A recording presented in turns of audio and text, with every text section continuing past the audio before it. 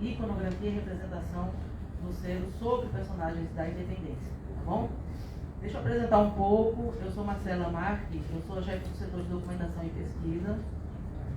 E o museu, né, ele deu abertura para que nós fizéssemos essa série de palestras, né, para presentear vocês. Eu vou apresentar a nossa gestora, tá? Deixa eu ler um pouquinho aqui sobre ela.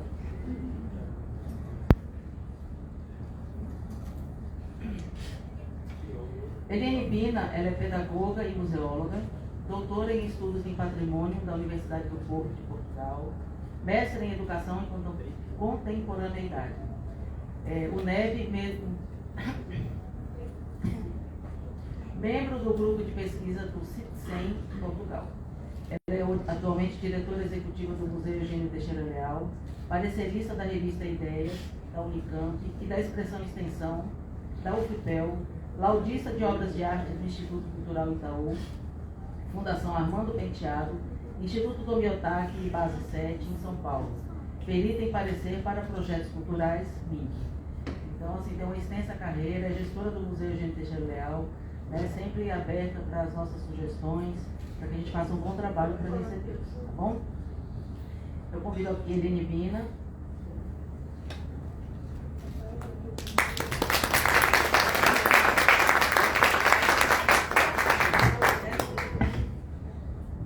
Muito boa tarde a todos e a todas. É um prazer imenso ver esse auditório cheio, entendeu? Sei que isso é um fruto do trabalho da equipe, mas também do palestrante, né, que realmente impulsiona, né, essa audição maravilhosa. Então, gente, esse é um momento especial para nós por 3 motivos. Pela presença de vocês, muito obrigada por ter aceito o nosso convite, por estarem aqui, sempre querendo aprimorar um pouquinho mais os conhecimentos. Pela presença do professor Rafael, que prontamente aceitou o nosso convite, certo? E por nós estarmos, neste momento, com mais uma atividade em comemoração ao bicentenário da independência. Então, o Museu Eugênio, eu peço que vocês sigam as redes sociais.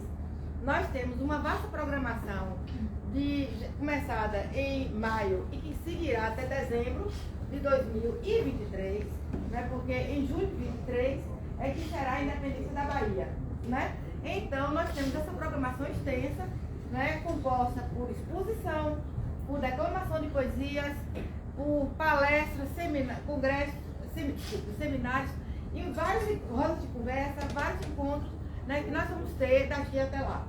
E em novembro, de 1º a 6 de novembro, nós temos a Flipelô. O Museu Eugênio também vai sediar uma parte dessas atividades, né?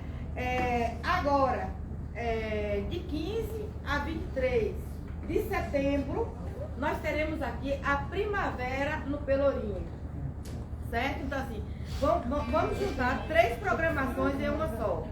Então, nós vamos ter a Primavera dos Museus, Festival Gastronômico da Primavera e o Festival da Primavera, que o Instituto ACM já realiza há vários anos. Então, nós vamos juntar em um mesmo período 3 atividades grandes. Então, venham, participem, vocês vão ver que são muitas atividades interessantes, entendeu? Gostosas, com música, com dança, com teatro, com filmes, entendeu? São oficinas, né? São várias atividades que nós vamos ter nesse período. Então, para mim, é um prazer imenso contar com a presença de vocês e eu quero agradecer a vocês e a equipe do museu, né, por ter aceito essa empreitada, né, que é tão significativo para nós, né, principalmente nós que temos um acervo, que temos mais de 100 peças que remetem ao bicentenário da independência do Brasil e da Bahia. Entendeu? Então, para nós é um prazer imenso estarmos gerenciando esse acervo, né, para que ele seja mais visibilizado e que vocês realmente aprendam um pouquinho mais da história, né, tanto do Brasil como da Bahia, através do nosso acervo. Né? Então, a todos vocês, a equipe do museu, ao professor Rafael, a fiel companheira, irmã, e a vocês todos, desde já, o nosso muito obrigado.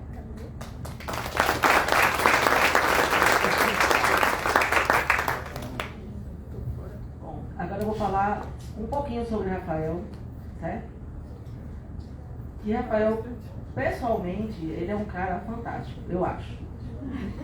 Eu acho que a Bahia, todo mundo todo e a Bahia toda, né? É um cara super, aceitou de pronto o nosso convite. Ele ministra uns cursos muito bacanas, né, sobre coreografia, sobre Salvador, com visitas técnicas também, que foi muito legal.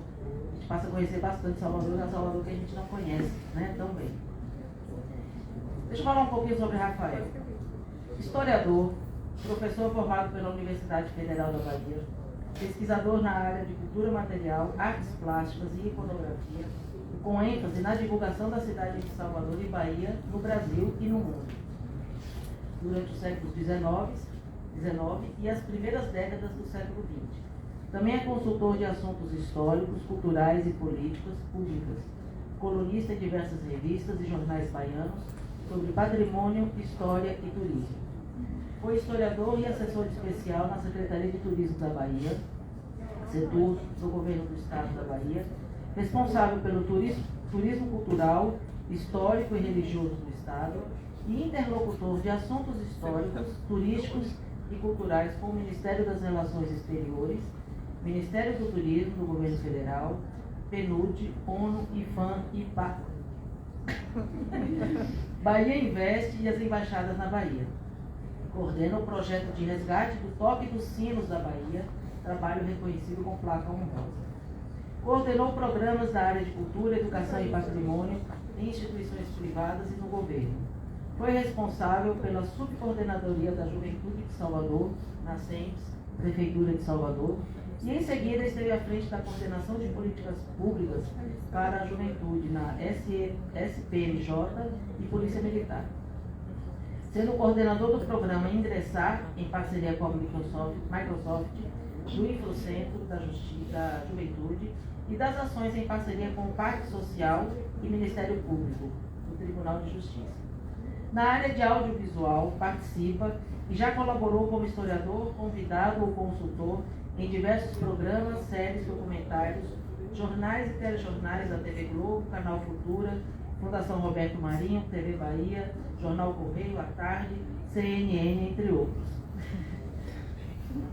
Discorrendo sobre a história de Salvador, na Bahia e do Brasil.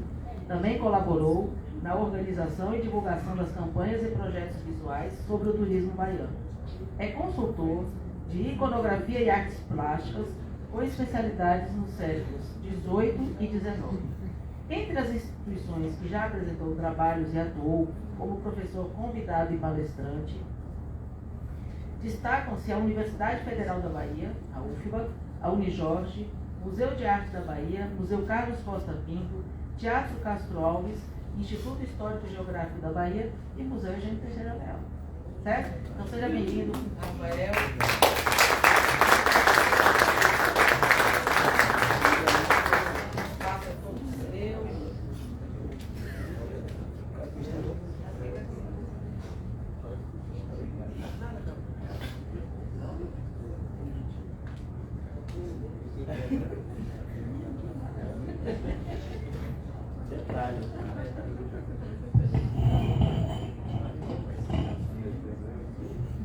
Boa tarde a todos e a todas.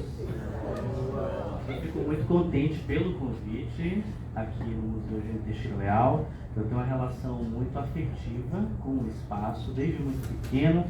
Eu sempre colecionei, os amigos colecionadores que estão aqui presentes. Fico muito contente também de compartilhar esse espaço com vocês.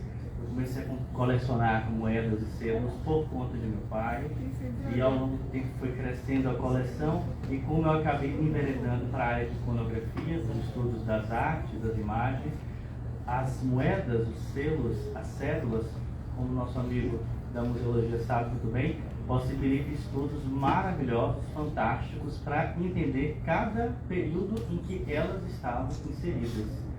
Inclusive nessas discussões sobre a política que a gente está tendo agora no cenário brasileiro, vez ou outra falam sobre essa questão.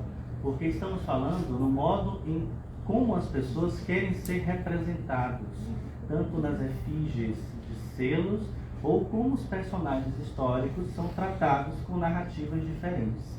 E para os meninos do Senac que estão aqui presentes, essa discussão é maravilhosa para vocês porque cai no Enem.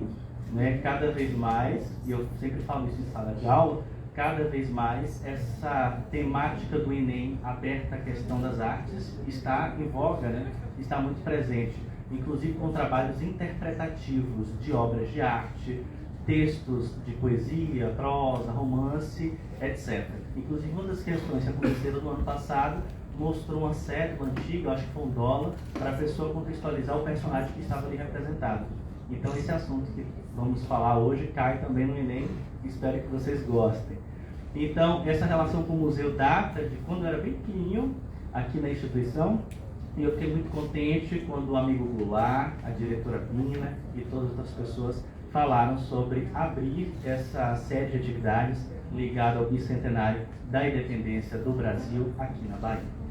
Antes de começar a nossa apresentação, eu vou chamar a atenção de como nossa discussão será feita.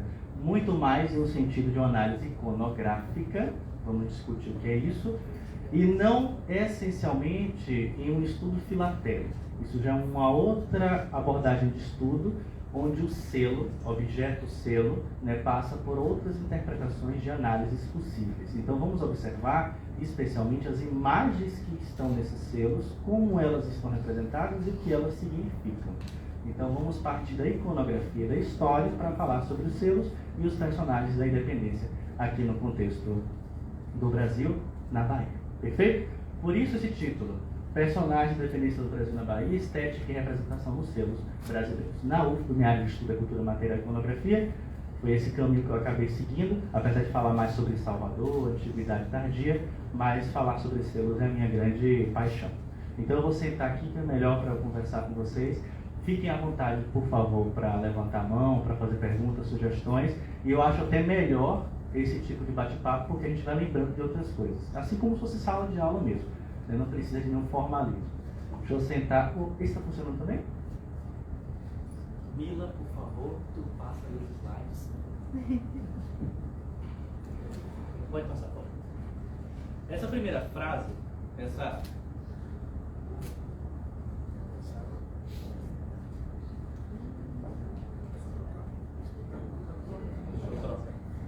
primeira frase que vocês estão vendo serve para a gente compreender um pouco da problemática no que toca a análise de imagens. Porque uma imagem nunca é essencialmente aquilo que ela somente representa.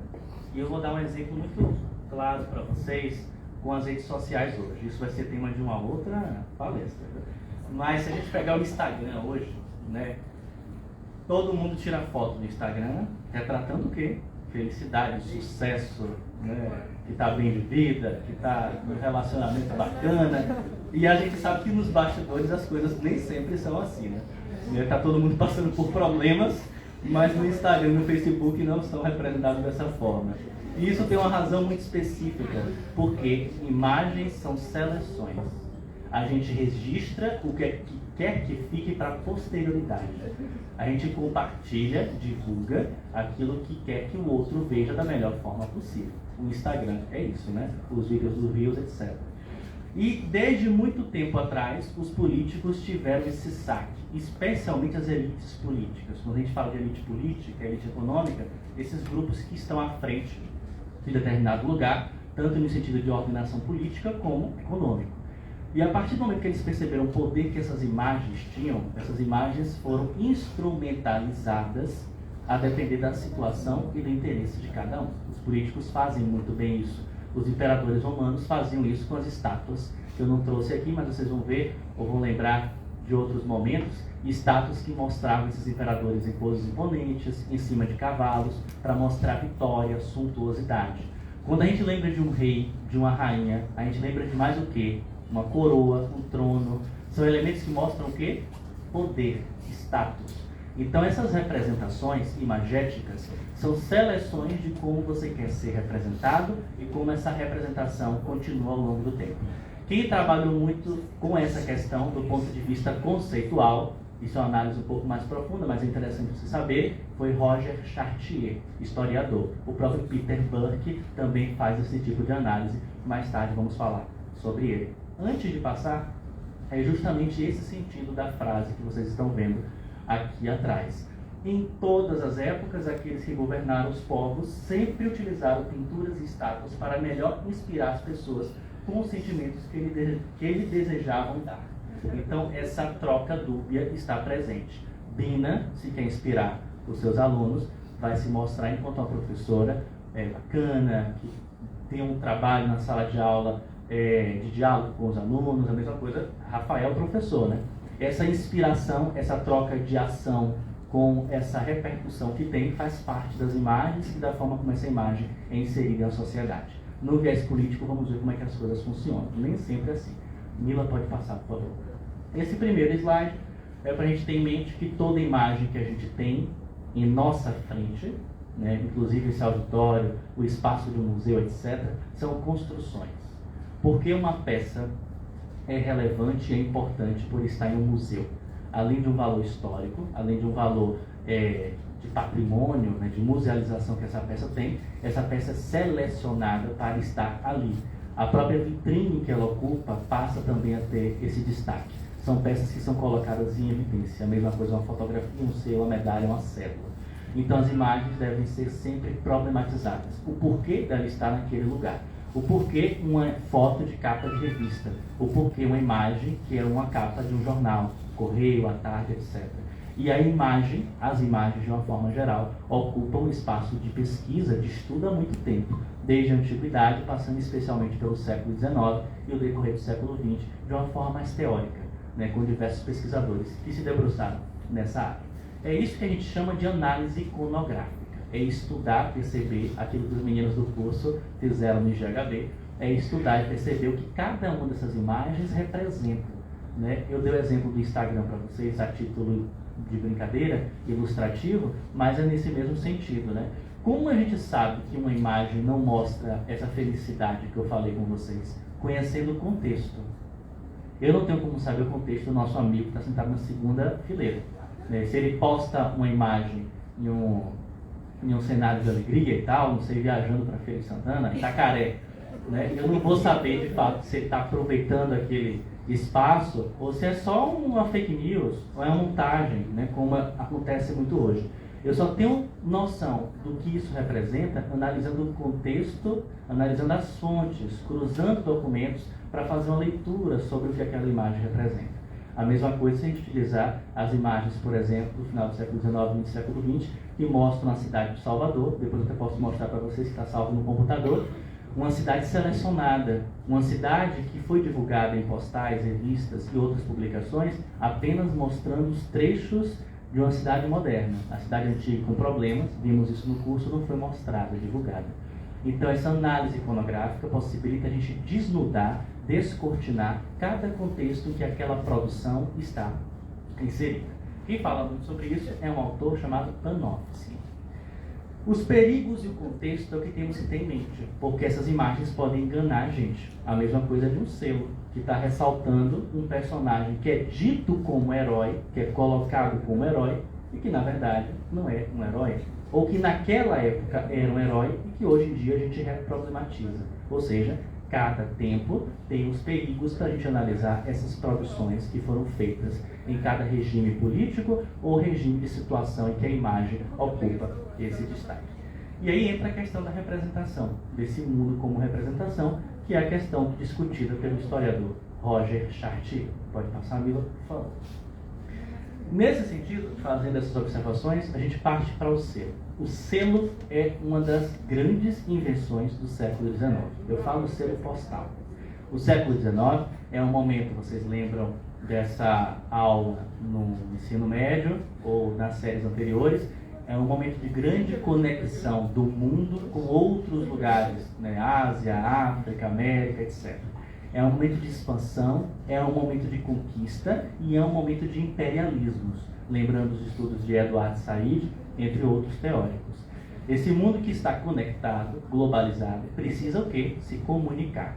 Pensem que um barco para sair da Europa, para vir para a América, demorava 30, 40 dias, né, trazendo documentos, ideias, correspondências, livros, objetos, mercadorias e pessoas. Olhe que na época, antes da dessa organização em volta do selo postal, tínhamos um trabalho muito mais desorganizado, né, que passa a ser organizado a partir de meados do século XIX, especialmente em 1840 na Inglaterra. Inglaterra essa que é o grande centro político e também econômico do mundo. Se hoje a gente lembra de Dubai, Emirados Árabes, Estados Unidos, na época a Europa, especialmente a Inglaterra, era que dominava esse contexto de relações entre o mundo conectado.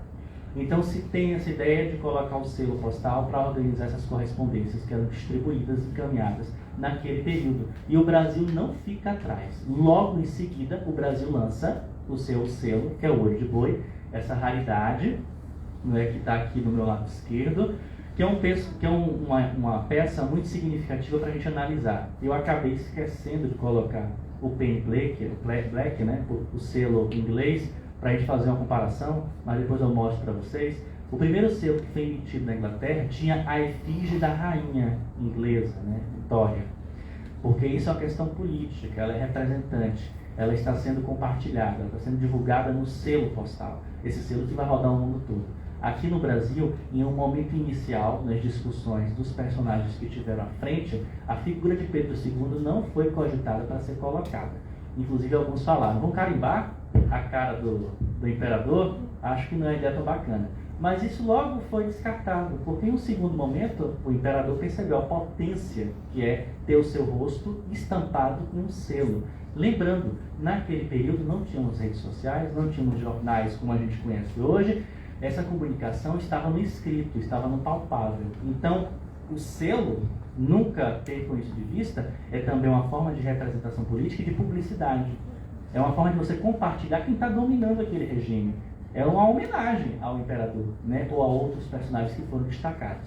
Então, logo em seguida, o imperador vai aparecer em diversos selos. Mas, inicialmente, o selo vai ter esse formato arredondado nos valores de 3, 60 e 90 réis, né, para organizar essas distribuições de cartas, né, entre outras encomendas, naquele período. Né, então, o Brasil vai sair, né, num contexto mundial logo em seguida, em 1843, e essas questões estão inseridas, como eu disse, nessa ideia de propaganda e no poder que a imagem possui. Pode passar, Mila. Lembrando sobre o olho de boi, é interessante falar que muitas pessoas atribuem a questão do valor de uma peça, de um selo, de uma cédula, de uma moeda, a questão da idade. Quanto mais antigo, o povo acha que é mais rara, que é mais cara. E isso não necessariamente tem a ver. Né? Existem, por exemplo, peças que são muito antigas, mas não são tão raras porque existem muitos exemplares dessa peça. O olho de boi foi o contrário.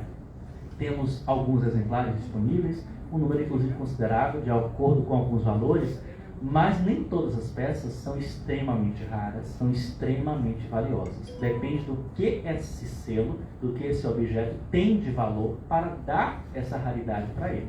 A mesma coisa com as moedas e com as cédulas. Número de tiragem, o que aconteceu com essa peça. Os olhos de boi, por exemplo, foram recolhidos, depois incinerados. Os que sobraram é o que temos hoje. Então tudo isso ajuda a dar um valor a mais para a peça, tanto selo, moeda ou outros objetos. A mesma coisa para mobiliário também, né? Temos peças que são muito valiosas, temos detalhes presentes na peça, inclusive aqui no museu, Faculdade de Medicina, em muitas igrejas, né? Altares, o que esses elementos trazem de distantes para outras peças naquele contexto. Então o selo olho de boi é um objeto raro, mas não necessariamente é um objeto extremamente valioso. Recentemente porque eu trabalho com 500 anos, né? Então eu falo recentemente. Eu estou analisando documentos de 300 anos. Quando eu trabalhava com o Egito Romano, eu estava trabalhando com papiros de 3.000 anos. Então, recentemente, 12 anos atrás, fizeram um leilão de um olho de boi, lá em uma famosa casa de leilão nos Estados Unidos, que ele quase chega próximo de $1 milhão de dólares ou coisa do tipo. Um pedacinho de papel desse tamanhozinho, assim, pequenininho, né? Mas esse está em um perfeito estado de conservação, não está carimbado, né? Tem outros elementos que acabam ampliando esse seu valor de mercado para a coleção. Outro dia apareceu nas redes sociais um senhor querendo se desfazer da coleção, oferecendo um monte de selos. Tinham 3 olhos de boi, mas quando você via a peça dava até pena. Estava craquelado, cortado de tesoura e todo manchado. Então, essas coisas acontecem, né? Não sabemos como foi guardada, armazenada a peça. Só para a gente ter noção, porque eu sei que essas perguntas sempre acontecem quando a gente faz esse tipo de apresentação. Tem uma coleção de meu avô, de meu pai. Então, essa história do Brasil, eu acho que a ideia da nossa conversa hoje é destacar especialmente essa história brasileira, retratada, registrada nessas produções que também são iconográficas. É possível, eu digo isso sem medo de cometer algum erro, a gente fazer todo um estudo da história do Brasil, de antes dos portugueses, que não era Brasil, né? Com o Brasil, a América Portuguesa e o Brasil, até a nossa atualidade, só analisando os selos. Por quê? Porque nos selos tem registros, menções, datas comemorativas, objetos que falam de um Brasil há muito tempo atrás. Tem uma série de postais, de selos, desculpe, na década de 70 e 80, que fez uma série de homenagens às culturas pré-cabralinas, às comunidades indígenas que moravam aqui. Então, para os professores que estão presentes, caso tenham interesse, é interessante utilizar em sala de aula, né, a cerâmica marajoara, que foi retratada no selo. Então, tem como a gente trabalhar a história do Brasil só analisando selos ao longo desse período. Não como fonte de uma época, porque eles foram feitos em outro período, mas como representação dessa história do Brasil. E é o que vamos fazer justamente agora. Então, o século XIX é interessante para a gente falar, e foi um ponto discutido no curso de GHB e em outros cursos que virão, que é um período de reafirmação do Império do Brasil no contexto nacional e no contexto internacional. Naquele período, o Brasil era, como sabemos, né, uma grande nação já consolidada a partir da segunda metade do século XIX, e a figura de Pedro II representava essa tentativa de reafirmar o papel do Império e da força brasileira no contexto internacional. Uma série de propagandas, campanhas publicitárias, as feiras internacionais, universais, ajudavam nesse processo. Esse mesmo século é um momento de diversas inovações, estudos, a locomotiva chega no Brasil, o telégrafo chega no Brasil, etc. E tudo isso são valores que agregam à produção cultural, comercial brasileira. É nesse período que a gente está, né, contextualizando essas primeiras emissões postais no contexto do Brasil. Inicialmente, como eu falei, tivemos o olho de boi, os coloridos, os verticais, os inclinados. São outros selos que seguem um padrão mais simples e logo em seguida o imperador começa a ser retratado. Eu não vou falar especialmente sobre esses selos com vocês, porque a temática da nossa apresentação é independência. Mas em outra oportunidade, a gente pode dividir em blocos, selos do Império, selos da República, etc., para a gente perceber as diferenças. Por isso eu estou só pincelando para vocês terem uma noção. Por exemplo, no final do Império, início da República, foi muito comum utilizar alegorias. O que são alegorias? São representações artísticas para dar uma ideia de algo. Indústria, comércio, geralmente eram representadas por mulheres. Vimos muitas alegorias aqui no contexto da Bahia. E os selos mostravam essas alegorias sempre seguindo uma estética clássica, uma estética europeia. Porque o padrão daquele período era esse. Você não colocava um padrão afro-baiano. Não era essa a ideia. Era um padrão europeu. Né? E essa questão é importantíssima para a gente compreender a visão de Brasil que era reafirmada nesse sentido. Esse período casa com um momento muito significativo, que são as últimas décadas do Império e a República, e a ideia de formação das almas. Quem desenvolve essa temática é o historiador José Murilo de Carvalho, um livro que é clássico, A Formação das Almas. Só para a gente contextualizar, naquele período, década de 80, tivemos a queda do Império do Brasil. Pedro II vai ser expulso, vai primeiro para Portugal, depois para a França, vai morrer na França. E aqui, nesse contexto, os militares vão começar uma grande empreitada de selecionar os elementos que são caros para a nação, que são caros para o Brasil, que são importantes de serem registrados, retratados, e começa a fazer uma grande campanha de divulgação desses elementos, desses heróis. Os militares, inicialmente, na figura do Deodoro, né, seguindo essa ideia positivista, vai incentivar muito essa ideia de construir o Brasil com os seus símbolos e com os seus heróis. Então essa formação das almas também está presente nos selos. Eu vou mostrar para vocês. Os selos desse período vão encarnar justamente os heróis que devem ser lembrados. Quem é o maior herói até hoje da nossa nação? Todo mundo lembra? Tiradentes, né? Tiradentes vai estar sempre presente. O Barão do Rio Branco vai estar colocado como um grande ícone da política nacional. Rui Barbosa talvez seja o personagem que mais é retratado nos selos, um baiano, né, do Brasil, ao lado de Duque de Caxias e José Bonifácio. Então todos esses nomes estão ali presentes nesse início da República para dizer o Brasil é um país forte, com heróis, E esses nomes não podem ser esquecidos. Isso bebe na tese do José Murilo de Carvalho. Sempre o que teremos representados são, e eu estou colocando essa frase de forma proposital, homens ilustres e personagens para não serem esquecidos. Em um momento inicial, né, não vamos ter representações de mulheres, de heroínas, né, de personagens mulheres na política de destaque. Isso vai acontecer em um segundo momento nos selos, né, nas publicações, nos trabalhos dessa área.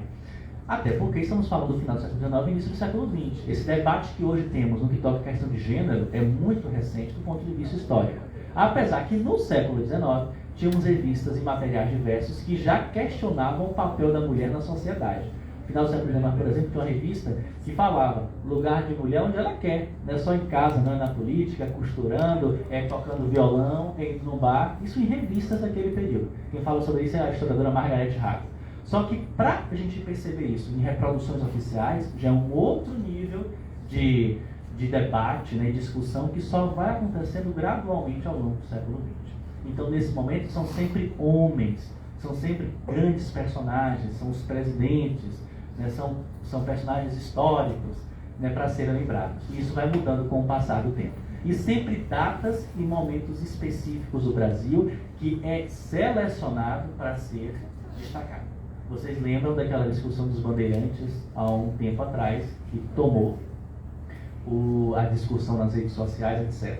É muito comum ver selos fazendo homenagem a esses períodos da história do Brasil, na colônia, no sentido de que foi esse processo que deu margem ao que o Brasil é hoje. Então a gente valoriza essa colonização, essa influência portuguesa, etc.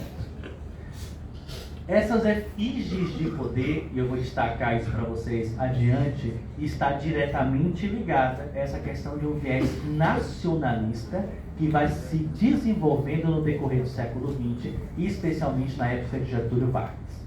Vamos falar sobre isso em um outro momento, mas Vargas vai ser um grande personagem no sentido de ressaltar esses valores brasileiros, esses pontos de importância para identificar a cultura do Brasil. E a gente não pode esquecer do que foi o Estado Novo e tal.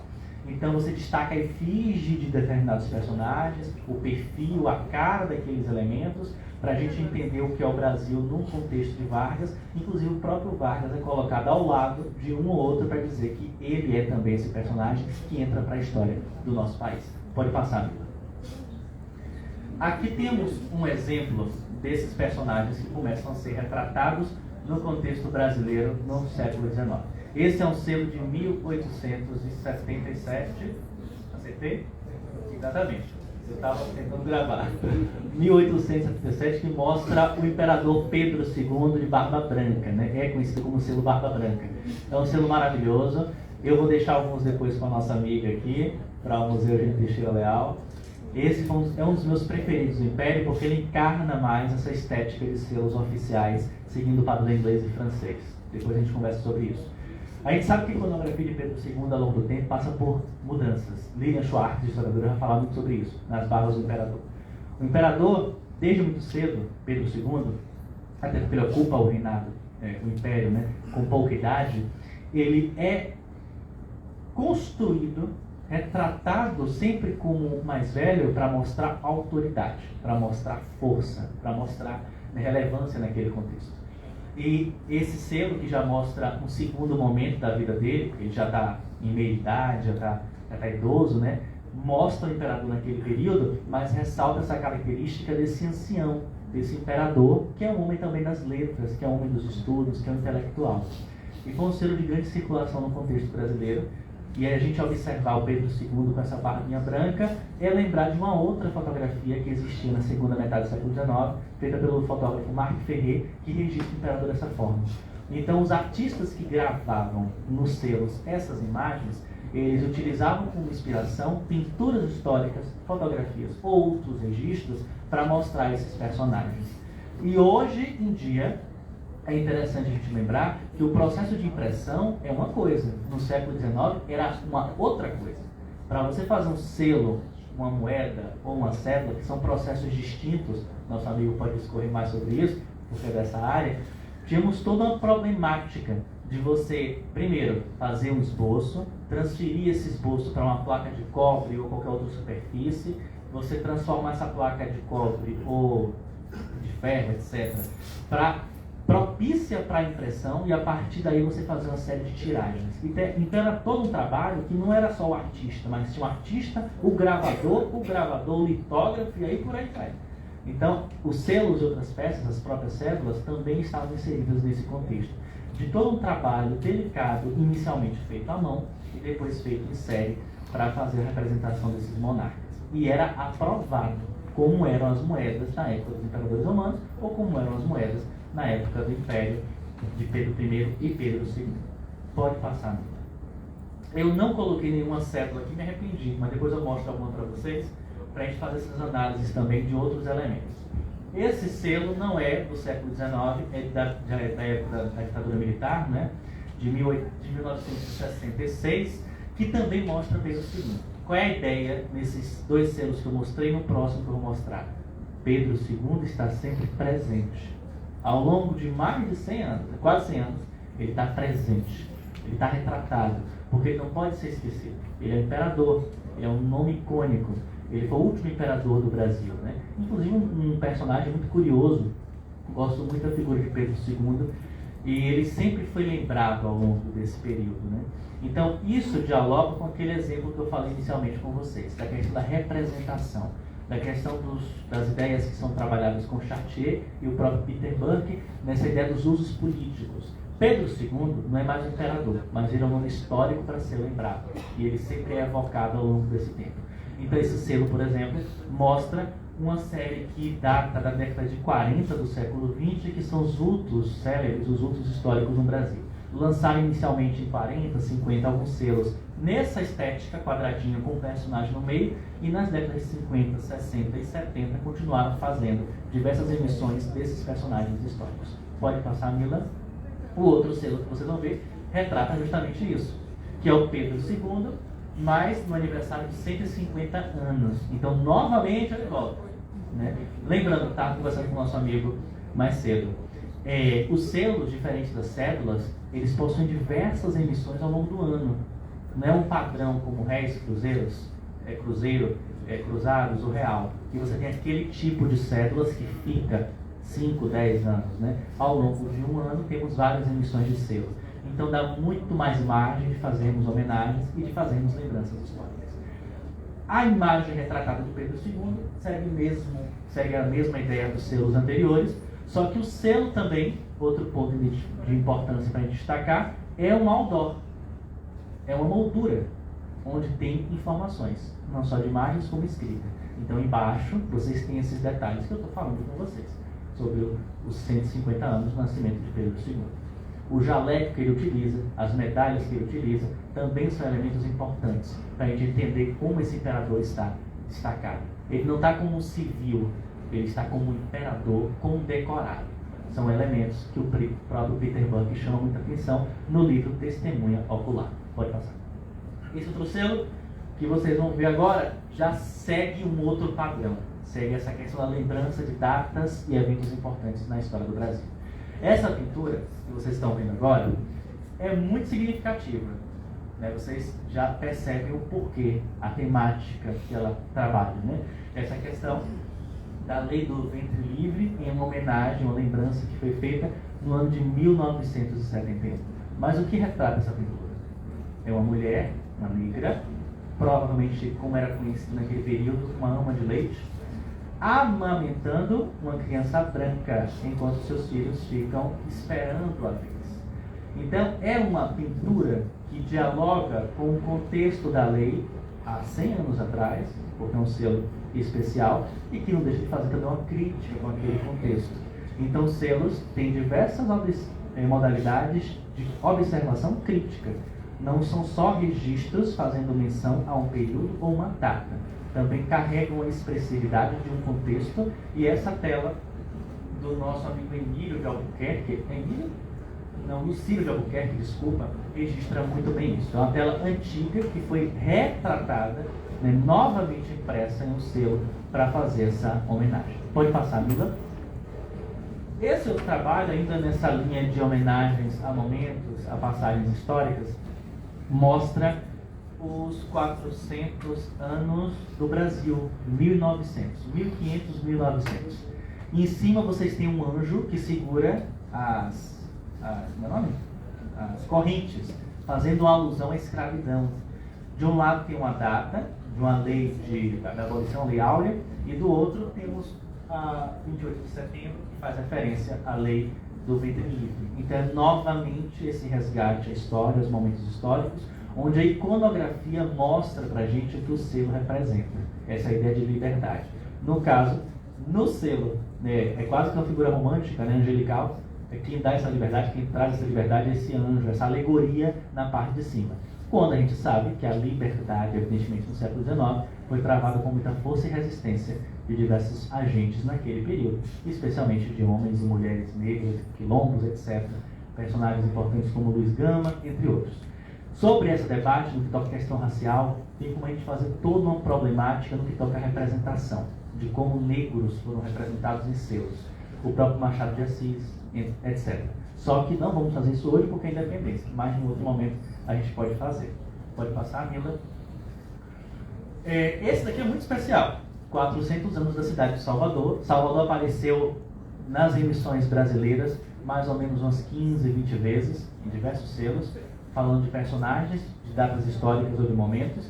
Aqui temos a clássica gravura retratando Tomé de Souza, fundando a Fortaleza do Salvador. Dom João III, em Carta Régia de Almerim, escreve: construir uma fortaleza forte e eficaz, né, para ser a Fortaleza do Salvador, a cabeça do Brasil, capital da América Portuguesa. Em um segundo momento é elevada a cidade do Salvador. Então aqui temos a construção da cidade, da Fortaleza do Salvador.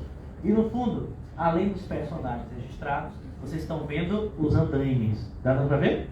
Na parte do fundo, os andaimes que ajudaram na construção de Salvador. Claro que é apenas uma alegoria, né? Porque a gente não sabe como é que foi essa construção em 1549. Talvez não tivesse utilizado esses andaimes. Mas é para mostrar a construção, a força de construir uma cidade, com o governador Tomé de Souza, o governador geral, e toda a equipe de portugueses que estavam com ele. Governador esse que segura uma cruz, seguindo o mesmo padrão iconográfico das representações que mostravam Cristóvão Colombo chegando na América. São imagens que se repetem. O artista, quando faz esse tipo de trabalho, utiliza como inspiração outros trabalhos existentes, pinturas históricas europeias, brasileiras, para sempre fazer esse tipo de link com o que já existe e com o que ele está construindo. Pode passar, Mila?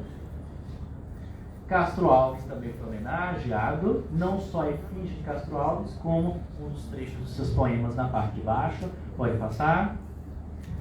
O nosso IGHB, no aniversário de 50 anos, em 1944. Esse selo é muito legal também, que mostra o prédio representando a instituição, e nesse mesmo período outros selos também foram emitidos para mostrar aniversário de outras instituições aqui no contexto brasileiro. O Arquivo Público da Bahia também teve um selo alguns anos depois. Pode passar, Mila? E esse selo é muito especial, porque registra o aniversário do Banco Econômico, e aqui no fundo temos o prédio do Museu Eugênio Teixeira Leal, um dos prédios, digo de passagem, mais importantes do Centro Histórico de Salvador, porque preserva em sua estética externa muito da característica dos sobrados, né, da transição do século XVIII para o século XIX. Foram os sobrados que foram unidos para fazer esse museu, mas a composição é muito significativa para a gente compreender como eram esses espaços na cidade, naquele período, e o que sobrou deles, né? Porque os imóveis do Centro Histórico de Salvador, em sua maioria, são prédios do século XIX. Do século XVIII sobraram alguns ainda, que a gente pode ver, mas muitos já foram transformados, né? Reestruturados ao longo do tempo. E aqui temos essa homenagem.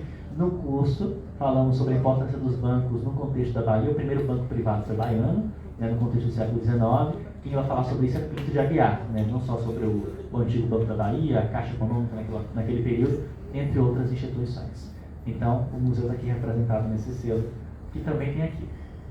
Pode passar, Mila, por favor? E aqui a gente tem uma outra parte, antes de entrar para a independência, que são selos do decorrer do século XX que registraram ícones do monumento ou que foram utilizados também no sentido turístico. Esse selo faz parte de uma série chamada Propaganda Turística, que mostra paisagens naturais, Catarata do Iguaçu, Jardim Botânico, Palácio Monroe, no Rio de Janeiro, antiga sede do Senado. Esse prédio maravilhoso, vocês estão vendo, foi demolido para, no lugar, construir uma praça. Isso década de 60, 70. Naquele período, ele foi registrado justamente para ser um ícone do Brasil. Esse ícone do Brasil quer ser visto como um país que segue o padrão europeu. É uma construção eclética. É uma construção que na época era moderna, né? Que na época era um símbolo de poder, era um símbolo de Brasil naquele período. E que depois deixou de ser. Com a construção de Brasília, o Senado vai para Brasília, esse prédio vai ser utilizado com diversos outros sentidos, acaba se arruinando e depois decide derrubar de uma vez por todas, muito por parte de um pensamento preconceituoso por parte de alguns intelectuais da época que não entendiam a preservação do ecletismo como algo significativo. Tem essa questão também para a gente destacar. E aqui mostra esse palácio incrível que foi feito para uma exposição nos Estados Unidos. Ele foi construído nos Estados Unidos, desmontado e reconstruído no Brasil. É um trabalho muito curioso. E hoje a gente não tem mais, né? Em Salvador a gente não fica atrás porque destruíram a nossa Sé, né? Entre outros espaços que a gente continua perdendo. É um outro tema de seminário para a gente fazer. Por favor, não pode passar. E aqui é uma questão muito simbólica para a gente analisar. É proposital esse selo que eu coloquei aqui, porque é o centenário da Proclamação da República, que aconteceu em 1889. Logo depois do fim da escravidão, temos a Proclamação da República. Muito significativo, não é à toa que eu botei essa ordem para vocês. De um lado, o primeiro presidente militar brasileiro, em 88, Marechal Deodoro da Fonseca, e do outro, o presidente daquela época, que era Getúlio Vargas. Não é só, e é isso que eu quero que vocês entendam, não é só uma questão de que o Marechal representa a Proclamação da República por ser o primeiro presidente e Vargas representa o Brasil por ser, naquela época, o selo emitido. É uma questão de status, é uma questão de poder, é uma questão de imagem. Ambos presidentes são colocados lado a lado para mostrar quem é quem nesse jogo de figura, né? É uma questão exatamente de visibilidade. É aquilo que o Burke, entre outros teóricos, falam. A forma como essas elites políticas se mostram nesse contexto atual. Então, isso é muito significativo, não é à toa. O selo poderia ser simplesmente Marechal Deodoro, né? Mas tem Marechal e Vargas. É um registro de um momento desse espaço de tempo do final do século XIX e de 1939. E do outro lado, sim, temos essa figura muito conhecida, que é a pintura do Marechal Deodoro em cima de um cavalo, proclamando a República no Brasil, sendo que a gente sabe que não foi assim com tantas festas, né? Pelo contrário, foi muito diferente. Mas, historicamente, registrar o Brasil e os personagens dessa forma imponente faz parte de uma narrativa. E essa narrativa que é retroalimentada ao longo de todo o tempo. Aqui a gente não está discutindo o que é certo e errado. A gente está discutindo de forma crítica, analisando essas imagens. Porque todo país do mundo, toda nação, segue esse rito de representação, né? Inglaterra, Idade Média, Itália, Espanha, toda a construção de uma nação pega essas seleções de passagens, recria, pincela, coloca uma historiazinha a mais ali e cria esses mitos, esses heróis. Então aqui temos um bom exemplo disso, associado a essa questão política de poder. Pode passar, Mila? E agora sim, temos um selo muito legal, que não é esse ainda. Tem mais um. Esse selo é muito significativo porque mostra uma tela que é a capa do livro A Formação das Almas, do José Luiz de Carvalho. Essa imagem, vocês podem fazer uma série de leituras possíveis. O nome dessa imagem é A Pátria. Essa é a representação do Brasil para o autor. Mas eu vou fazer o seguinte, eu não vou falar sobre essa imagem agora. Eu vou deixar falar no final, para a gente entrar na independência logo, depois a gente volta para a gente discutir mais sobre isso. Existe também medalha com essa imagem. Aqui tem? Olha que bacana, eu não sabia. Essa imagem é muito significativa para a gente olhar, para a gente analisar. Pode passar. Esse sim é o selo que vai abrir a questão da independência depois dessa discussão. Esse trabalho, esse selo, é o Centenário da Independência, em 22, aqui no contexto do Brasil, né? E mostra o quadro super conhecido do Pedro Américo, retratando Pedro I, em cima desse cavalo imponente, cercado pelos guardas, né, os dragões da independência, né, e um brasileiro do campo que assiste perplexo a tudo isso. A gente sabe que o processo de independência no contexto do Brasil, em 7 de setembro de 22, tem uma relevância absurda do ponto de vista político, institucional, porque o imperador reconhece essa independência. Temos um papel importante também do José Bonifácio, a própria Leopoldina, entre outros autores. Só que, na realidade, lá em São Paulo, Pedro I não estava nessas condições apoteóticas majestáticas, né? Pelo contrário, muitos autores, inclusive, falam que não era esse cavalo, né, imponente, branco, era uma mula ou qualquer outro tipo de animal, né? As roupas do imperador para cruzar os interiores, né, para ir de um lugar a outro, não era uma roupa de gala, como ele está retratado aqui. Era uma roupa muito mais simples. Olha o calor, você montar em cavalo e tal. Então, Pedro Américo retrata, imagina, narra essa história de uma forma apoteótica, de suntuosidade, porque é assim que naquele período, né, o corpo político, acadêmico, artístico pensa o Brasil para ficar registrado no futuro. E o selo, em 22, né, retrata essa imagem dessa mesma forma. Então, a questão de narrativa, a construção de narrativa, onde se destaca esses elementos, né, de glamour, de suntuosidade. Então, nesse selo que mostra o centenário de independência, no valor de R$100, temos justamente todo esse cenário que vocês estão cansados de ver no livro didático, que já foi tema de Enem em diversas questões, né? Então, com certeza vai ser nessa prova, porque é o bicentenário. Então fica aqui a dica de ouro para a prova do Enem. O próprio quadro também é uma tela suntuosa, né? A própria moldura, né? Tem um nomezinho, né? Filigrana, tem um nomezinho nas cédulas, nos selos, quando você coloca esses detalhes decorativos em volta, né? Que é justamente nesse sentido, de ressaltar o que está no centro, né? Porque não é só a tela, é o que está em volta também, né? Isso aconteceu muito no século XX, nas cédulas acontecem muito. Quando não tem essas bolinhas, temos floreios, como a gente tem em cima, folhas de acanto, etc. E geralmente o padrão com a nomenclatura do Brasil e com o valor do selo.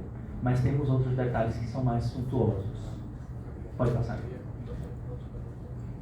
Então chegamos às nossas efígies de uma Bahia e seus processos de independência. Antes de qualquer outra coisa, a gente tem que ter em mente que o contexto da independência do Brasil na Bahia foi marcado, diferentemente do contexto de São Paulo, por muito enfrentamento. Participação popular, evidentemente, negros, escravizados, libertos, homens brancos, mestiços, né, indígenas, mulheres, entre outras tantas pessoas. Comerciantes, pessoas do povo que tiveram que pegar arma pela primeira vez, em muitos casos, para ter algum tipo de embate contra os portugueses. Não tínhamos um exército consolidado, né? Isso vai acontecendo com o passar do tempo. Inclusive, o próprio Pedro I teve que contratar mercenários para atuar na independência. Falamos sobre isso em nosso curso. Então, esse enfrentamento e esse envolvimento popular aqui no contexto da Bahia foi muito mais gritante do que em outros lugares do Brasil, e especialmente em São Paulo, né? Nas províncias do norte, no século XIX, também tivemos situações como essa. Então, essa realidade, de uma forma ou de outra, vai estar presente nos selos que mostram os personagens da Bahia, fazendo esse registro ligado à independência. Então, essa iconografia dos grandes vultos e das grandes datas vai ficar mista nesse cenário de participação popular também. Eu vou falar o porquê para vocês.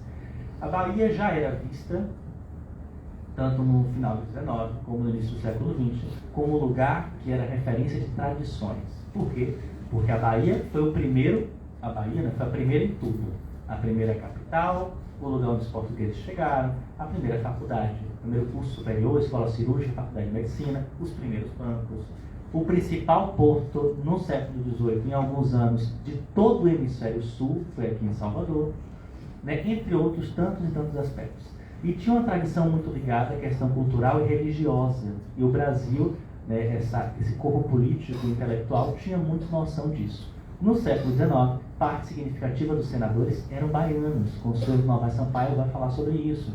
Então a Bahia tinha influência, tinha força nesse aspecto, muito gritante, nessas composições de fazer as representações, especialmente nos selos e no decorrer do século XX. Essa independência vai estar presente, inserida nessa ideia de narrativa, e esses personagens que a gente vai ver agora. Pode passar. Esse selo é muito legal. É muito interessante, Muito bacana mesmo. Esse eu não tenho, não consegui, vou procurar para comprar. Porque esse não está na coleção, mas eu sei que ele existe, né? E esse selo, ele mostra, ele está inserido nas comemorações do centenário da independência, em 22, mas ele foi emitido em 23. E ele mostra o quê? A entrada do exército pacificador aqui em Salvador, no 2 de julho de 23. E ele foi feito utilizando como base um trabalho do gravurista Capinã no século XIX, que eu vou mostrar agora para vocês. Diferente do trabalho de Pedro I, né, no cavalo, temos aqui a participação popular. Né? Não temos só figuras de um corpo do exército, né, dos generais, etc.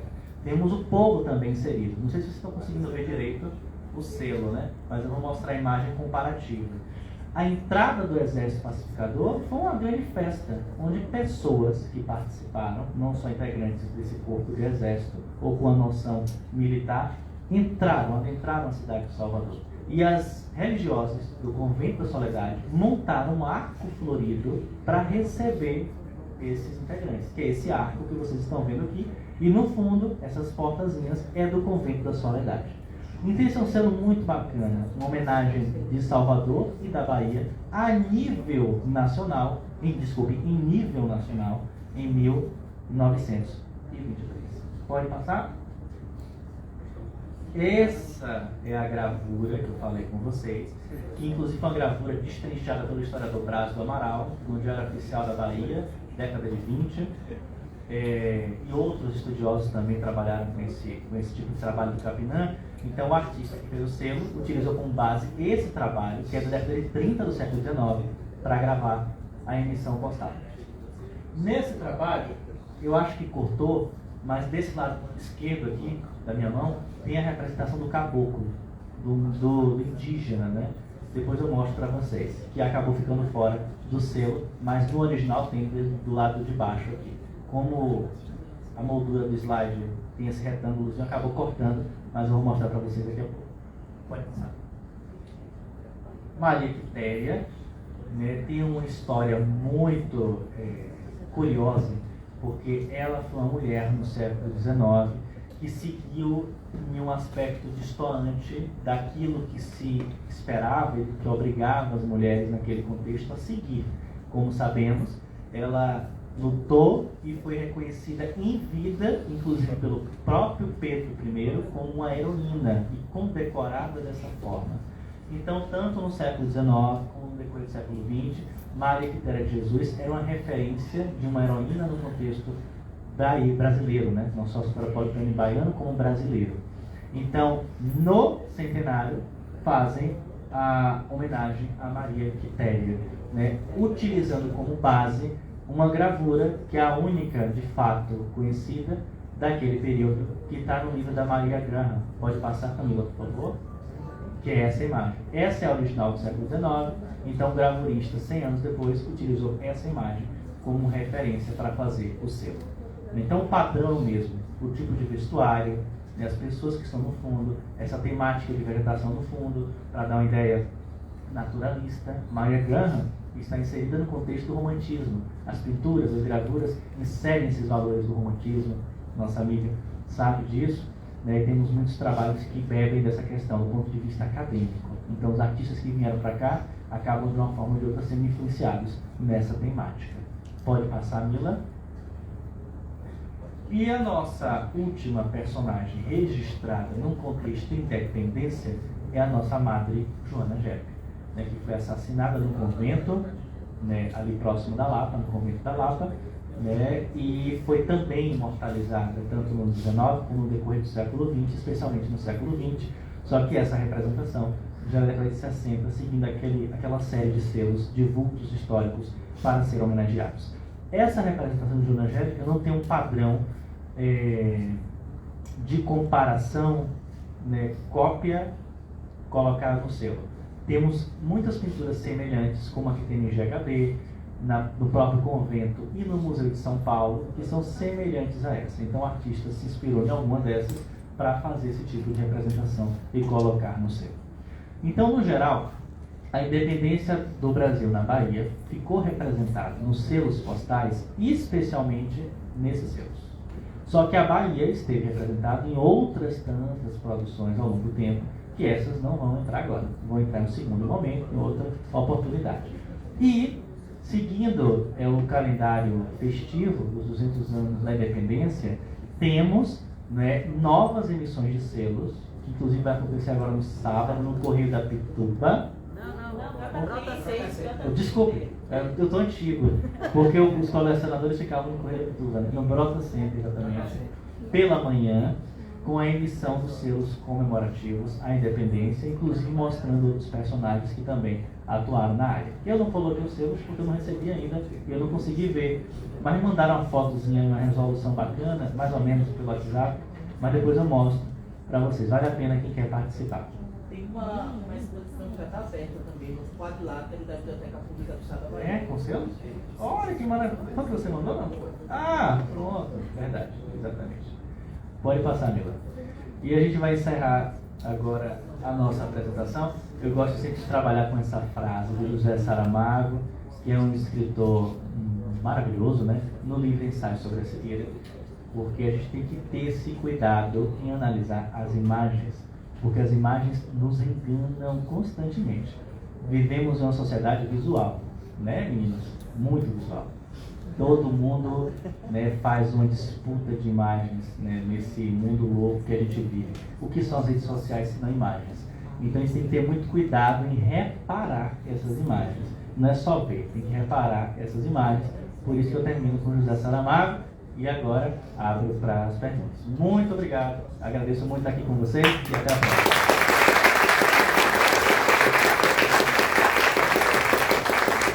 A minha caneca, eu vou mostrar aqui para vocês. Olha, essa é a caneca do museu, é de selos, ó. E o selo que eu falei da Inglaterra, ele lembra esse daqui, com a efígie da rainha, aqui é Elizabeth II, de lado, mas o do século XIX é uma cor mais escura, né? Mas é uma caneca maravilhosa. Agora fica para perguntas.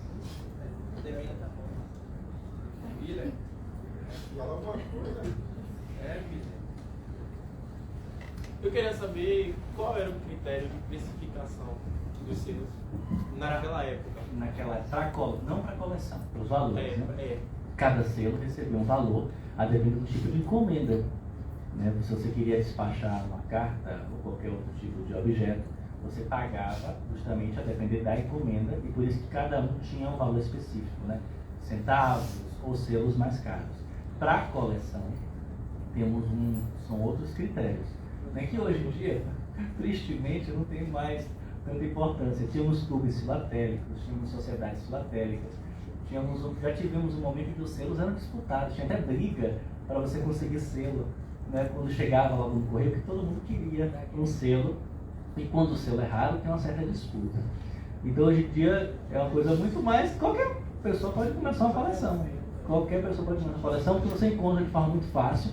Você pode colocar no Google agora, não agora, depois, colocar no Google selos para venda no Mercado Livre. Tem lotes de 200, 500 selos por R$5, R$10. E vocês vão ter um material muito rico na mão, né? Agora é claro que nesses selos, tem selos muito bacanas, né? Digo mais, não raros, né? Mas mais ricos de informação, assim, iconográfica, e outros que são mais padrões, que tiveram muita emissão. Mas vocês podem começar.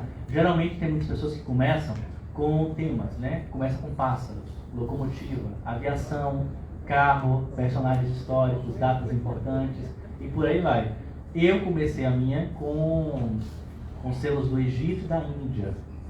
Selos muito bonitos, desse tamanho assim, mas quando você bota na lupa, tem detalhes incríveis, parece um mosaico, muito bonito mesmo. Aí eu comecei colecionando selos de personagens históricos e a coleção foi crescendo, até outros selos. Aí eu divido justamente por essas etapas, né? Cada um tema tem um álbumzinho específico. Mas os valores são seguindo esse critério, né? De coleção já são outros critérios.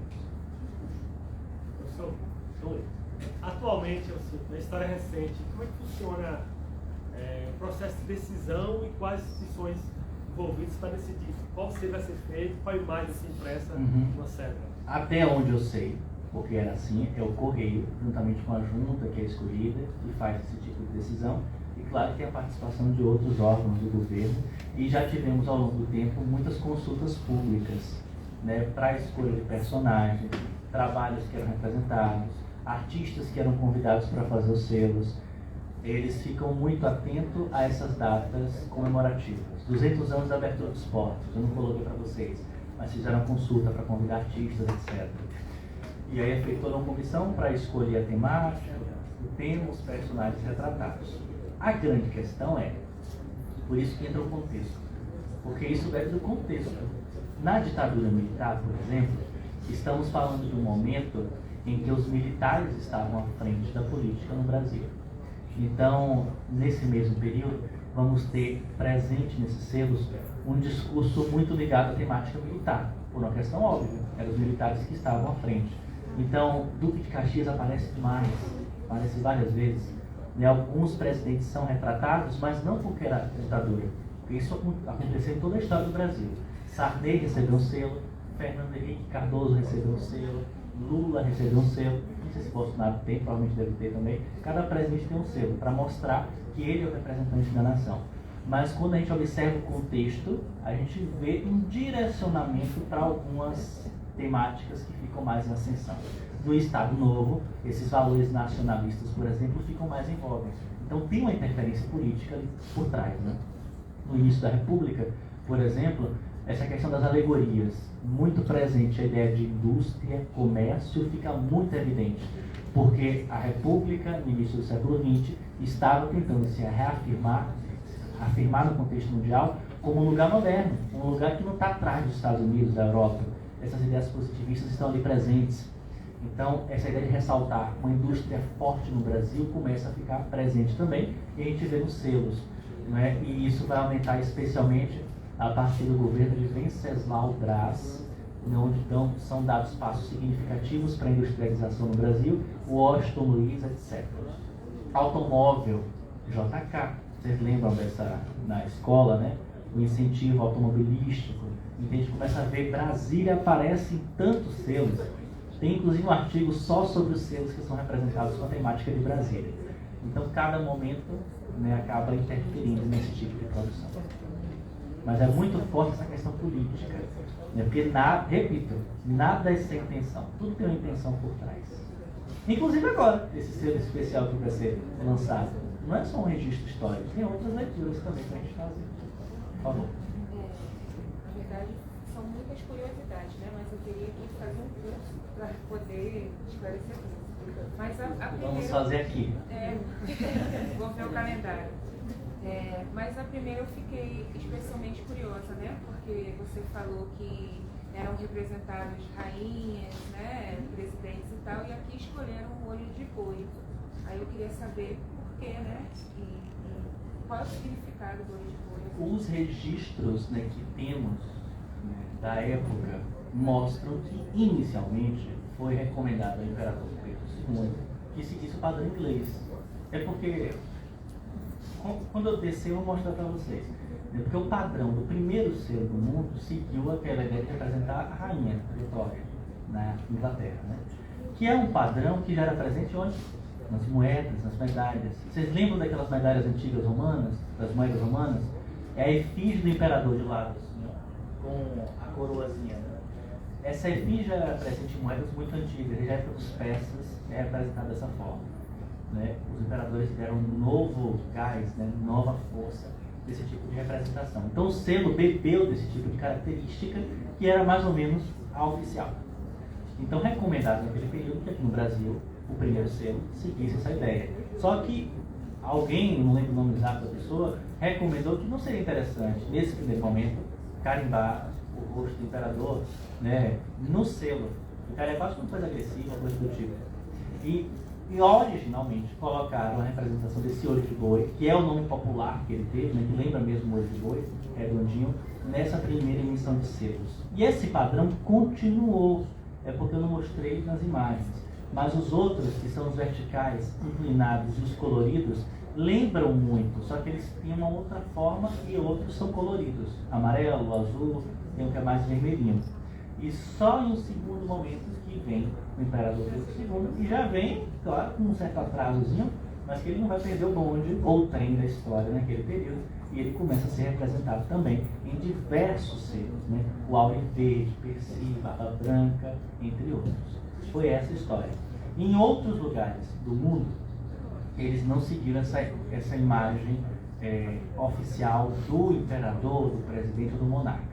Em outros lugares, utilizaram efígies ou alegorias, fazendo menção à indústria, à nação, como por exemplo na França, à locomotiva, como em alguns lugares da América Central, porque era o que tinha de mais expressivo naquele lugar. Mas com o passar do tempo isso continuou presente, porque a política, claro, tem que estar ali presente nesses elementos nacionais, nesses símbolos nacionais. No Brasil, Pedro II aparece muito.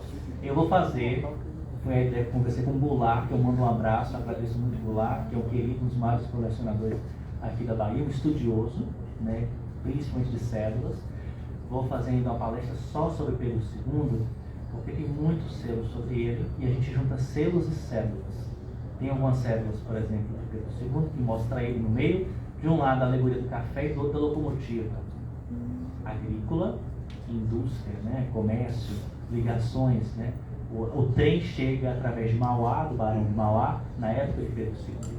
Então dá para ir fazer muito estudo sobre isso. Tem uma pergunta ali de trás, e aí, rapaz? O senhor citou aqui vários desenhos de uma forma interpretativa para botar aqui como herói com a independência. Teria como usar o seu livro como objeto de estudo histórico, mesmo ele sendo um pouco alterado, como distorcido na história? Com certeza. Com certeza. Toda peça, todo objeto, ele pode ser visto nos mais diversos aspectos. A leitura que eu estou fazendo do selo agora pode ser diferente do nosso amigo aqui e dos outros presentes na plateia. Porque eu faço perguntas específicas, né, para ler aquele selo que talvez não sejam as mesmas perguntas que você faça. Eu vou muito mais no caminho político, representativo, por isso que eu utilizo Buck, Chartier, esses autores, porque eu estou interessado na questão de legitimação de poder, como essa história é tratada. Mas vamos dizer que aqui na plateia tem pessoas que tiram a questão da disputa de gênero, questão racial. Aí a gente faz outras leituras, outras perguntas, né, para essa fonte. E o selo, ao longo do tempo, é entendido de uma forma diferente, né? Fazendo um link com a sua pergunta. Na década de 20, isso aí dá mais para uma conversa de 1 hora. Na década de 20, o que era entendido como Brasil independente, o que era comemorar o centenário da independência, era um conjunto muito diferente do que temos hoje, com outras tantas perguntas. Hoje em dia, a Bahia, hoje em dia, o contexto de outros participantes nesse processo está muito mais em voga do que naquela época, onde era ressaltado muito os grandes homens, os grandes personagens, etc. Então esse selo vai mudando ao longo do tempo, né? Como ele é entendido no corpo social. Então essa fonte, o legal de uma fonte histórica é essa, porque ela pode ser lida sobre diferentes aspectos ao longo desse período. Por isso que sempre tem trabalho para o historiador. Não tem valorização, né? Mas tem trabalho, porque, Fátima bem sabe disso, minha colega professora, meus amigos professores, porque a gente pode ler uma fonte histórica, né, sobre diversos pontos de vista, né? Nossa, aqui o acervo do museu, né, toda geração de novos pesquisadores vai ler aquele trabalho sobre um outro aspecto. João Reis, por exemplo, nosso professor, referência quando a gente fala sobre tráfico de escravizados, escravidão no século XIX, fez um trabalho maravilhoso, que é uma referência até hoje, e muitos colegas meus leem aquele trabalho sobre um outro aspecto. Através da leitura daquele trabalho, tem outras dúvidas, outras indagações, questionam o que foi colocado, porque é datado, é um tempo com contexto específico. Então o selo também está nessa ideia. Selo, moeda, cédula, por aí vai. Gente, mais alguém? Algum comentário? Alguma pergunta? Alguma complementação? Pois não. Eu achei também muito interessante essa comparação, né, com os dias de hoje, porque a imagem está sempre, né? Inclusive hoje de manhã eu estava falando com os alunos pela manhã, dizendo que parece que a gente está voltando um pouco atrás, porque agora eles não querem mais escrever, mandar só emojis, né? Aí eu estava falando para eles, nas cavernas eram assim, não tinha a escrita, não tinha a leitura. Então se desenhava, né? Era mais rápido. Então eu achei bem interessante, é só um comentário mesmo. Isso é maravilhoso. É, Você vai falar mais uma coisa, desculpe. não, esse paralelo que você fez no início, né? Comparando o Instagram, o que é o selo, né? Porque eu acho que muita gente aqui nem sabia que existia selo. Com certeza. Carta Muito é uma doido. coisa, né? Até porque hoje em dia, quando a gente pega encomenda da internet, não tem um selo mais. Tem um negocinho de código de barra feio, não tem arte, né? Exatamente. Tem o QR Code. Tanto é que ela tinha me perguntado, né, o negócio dos valores e tal, que ele perguntou também. Aí eu não soube como comparar. Aí eu falei assim, é como se fosse o valor que você paga de uma ligação e tal, né, Exatamente. dependendo da onde é. Então eu Essa achei é. muito interessante esse paralelo para atrair os jovens para a importância, né, de tudo como começou e que se repete e pode voltar atrás. Aí eu achei bem interessante em relação também à importância, né, para o Enem, né, que essas dicas, isso é bem importante mesmo para eles terem um norte, né, um guia, assim, adorei, galera. Muito obrigado. Aproveitem os meninos para ficarem dentro dessa questão, né, de que o Enem é uma prova interdisciplinar. Cada vez mais, e eu sempre tento fazer, né, quando possível, esse exercício em sala de aula, quando eu dou aula para terceiro ensino médio, etc. A prova do Enem, você tem uma nota boa no Enem, quando você tem uma leitura de mundo bacana. Não é simplesmente saber as fórmulas de matemática ou as datas históricas. Pelo contrário, é cada vez mais você ter um conteúdo de atualidades que é amplo, que você tem que lembrar das obras de Machado de Assis, mas inserir na discussão atual. E aí que entra as imagens, né, entre outros mecanismos, né? E essa é uma perspectiva que chegou no Brasil com um certo atraso, porque em outros lugares do mundo já é assim há muito tempo atrás. Essa visão do BI, da UFBA, né, do bacharel interdisciplinar, essa questão de você ter um conteúdo, né, de prova ou de ensino abrangendo novas áreas de saber. Então, as imagens, né, têm papel importantíssimo sobre isso. Ler imagens é como ler um texto, só que a gente, para ler essas imagens, tem que saber de códigos que têm um contexto histórico. No século XVIII e XIX, alguns representantes de uma elite europeia, de uma certa elite europeia, iam na casa de Fátima, por exemplo, minha amiga Fátima, e tinha um quadro lá na parede. Aí o quadro retratava uma dama, uma senhora, em uma cena de campo. Para quem entrava naquela sala, naquele ambiente, sabia o que aquele quadro representava, o porquê aquele quadro estava na sala. Aos nossos olhos de hoje é só um quadro bonitinho, mas no século XVIII, na elite inglesa, aquele quadro tinha uma função completamente diferente. Não era só uma pose de canto ou de uma dama no século XVIII. Tinha um valor carregado na ideia de status daquele período, e ele está na sala de visita, na sala de estar, dialogava sobre a intenção das pessoas ali presentes.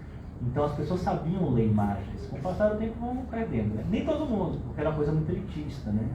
Então você fazer esse estudo das imagens comparado com outras áreas é muito interessante nesse aspecto. Sempre dialogando com outras áreas do saber. E sobre essa questão das emojis, lembra os hieroglifos do Egito. Porque os egípcios escreviam com ideogramas, com símbolos. Cada símbolo passava uma ideia. Né? Por exemplo, as letras que correspondiam a M, O e V eram símbolos que não tinham nada a ver com o que a gente poderia pensar hoje. O A era uma águia, o N era um rio, né? Mas a depender da forma como ele estava apresentado, poderia ser lido de uma outra forma. Né? Então depende do contexto, depende da forma como o ideograma está olhando para um lado, para outro, para você começar a fazer a leitura do texto. E hoje em dia não tem nada disso, porque uma carinha com um sorriso pode tanto representar felicidade como ironia, né? É uma coisa até mais complexa do que os hieroglifos antigos. E essa ideia de como as coisas vão voltando ao longo do tempo, né?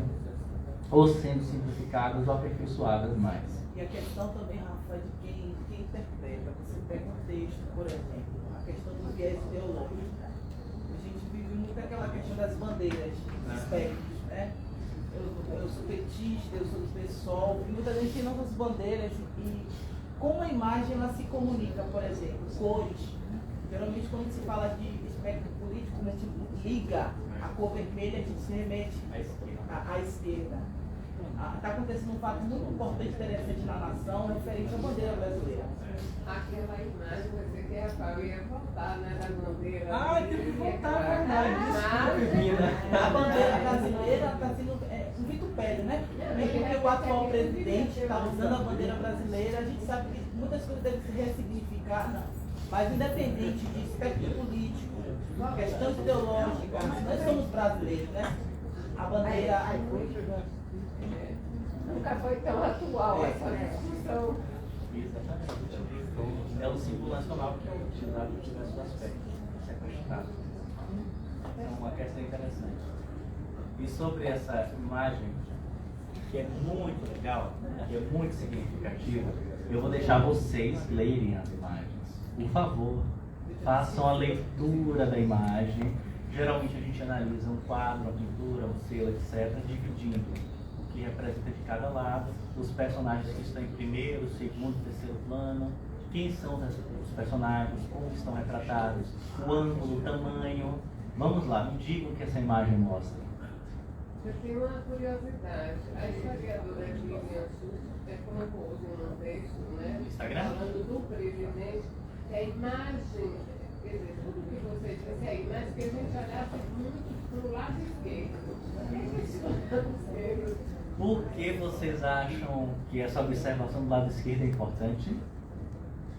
Eu não ouvi o início da palestra, então me ajude, né, gente? Não, eu não falei sobre isso, não. Eu pegando o seu gancho para fazer uma observação. Não li o trabalho, esse post da Lilian. Mas provavelmente é uma questão muito simples. No Ocidente, a gente lê da esquerda para a direita. O que está em evidência, geralmente colocado na esquerda, que é o primeiro que você vê, depois você vai para a direita. No Oriente é o contrário, né? É da direita para a direita. Em algumas culturas, não todas. Então pode ser por isso. Como é representado. E a gente olha então a bandeira e aquela senhora não TV. Tá, vamos destaque, né? E o que mais? Me digam. Vamos lá.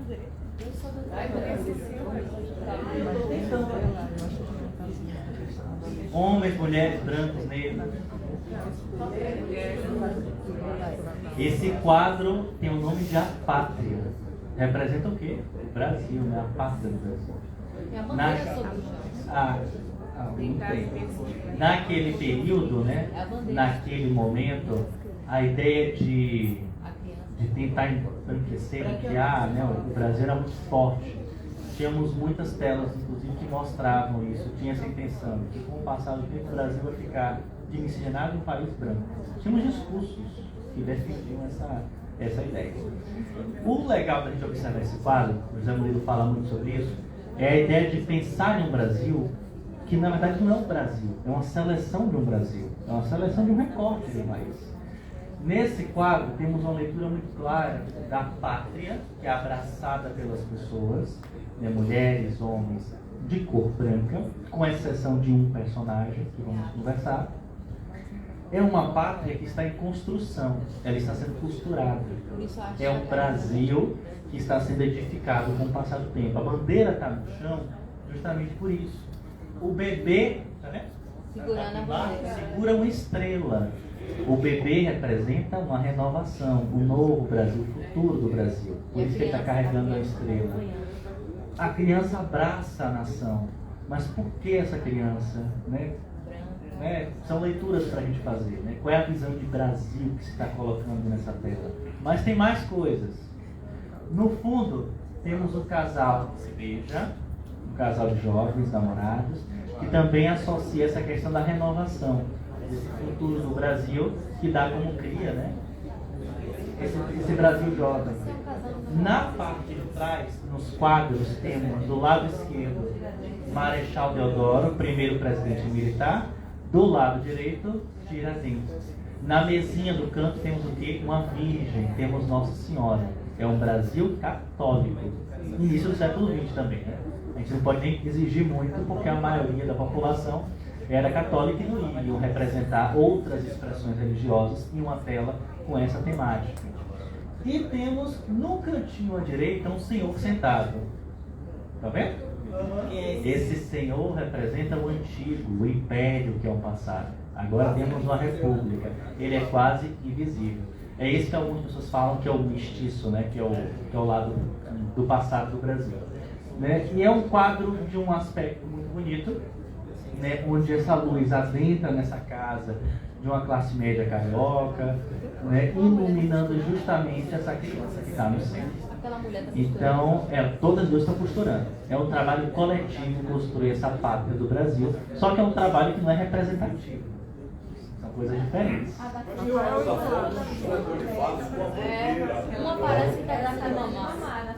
Ela está dando mamar? E a Aqui, segunda né? costurando. Aqui as duas crianças. A primeira está dando de mamar, a segunda costurando. Desculpe, não te ouvi. Tem uma foto, tem uma pintura de José Bonifácio. Segurando a bandeira. Com ela no colo, e tem um índio do lado, assim, olhando. Eu tenho essa, você vai ver essa imagem também. Ah, por favor, me passa. Olha aí, outras imagens.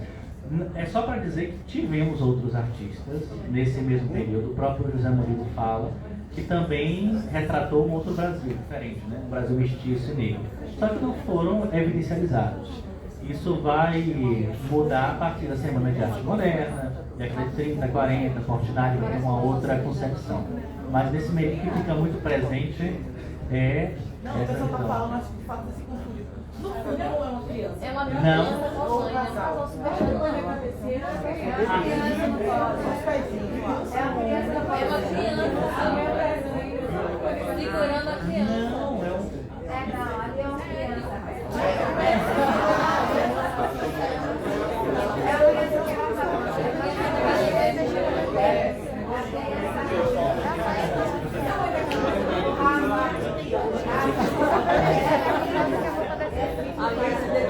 Ah, tem o Pedro Bruno que faz esse trabalho.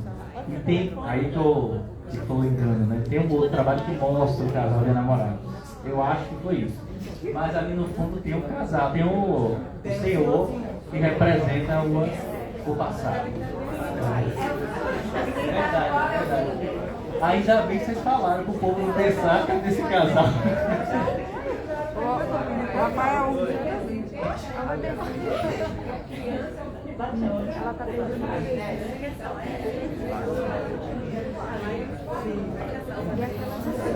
Rafael,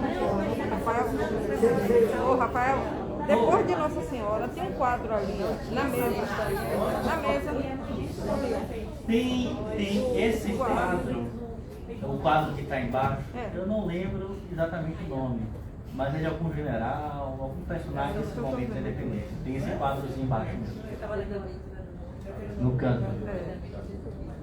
Uma coisa assim, tipo, a gente já comentou aqui, mas o que me incomoda, né, é um incômodo, é sobre a impressão que dá sobre colocar o papel da mulher nessa construção da pátria. Né? Você falou bastante sobre a criança. Gênero. E a mulher que cuida, né, é a mulher que fica dentro de casa, é a mulher artesã, é a mulher que... É aquela função dela. Ela ficando nesse papel, ela vai construir a pátria, ela vai ajudar a construir o Brasil. Né? Um senso de quase deixar o orgulho, o recorte, que é para mostrar um orgulho, mas parece também é um condicionamento, né? Com certeza. Isso me cutuca bastante, assim. Exatamente. E onde é que estão os homens? Foram trabalhar, foram construir a pátria fora, e as mulheres dentro da casa. Em casa, ambiente doméstico. Perfeito, exatamente. A nossa ministra Carmen Lúcia.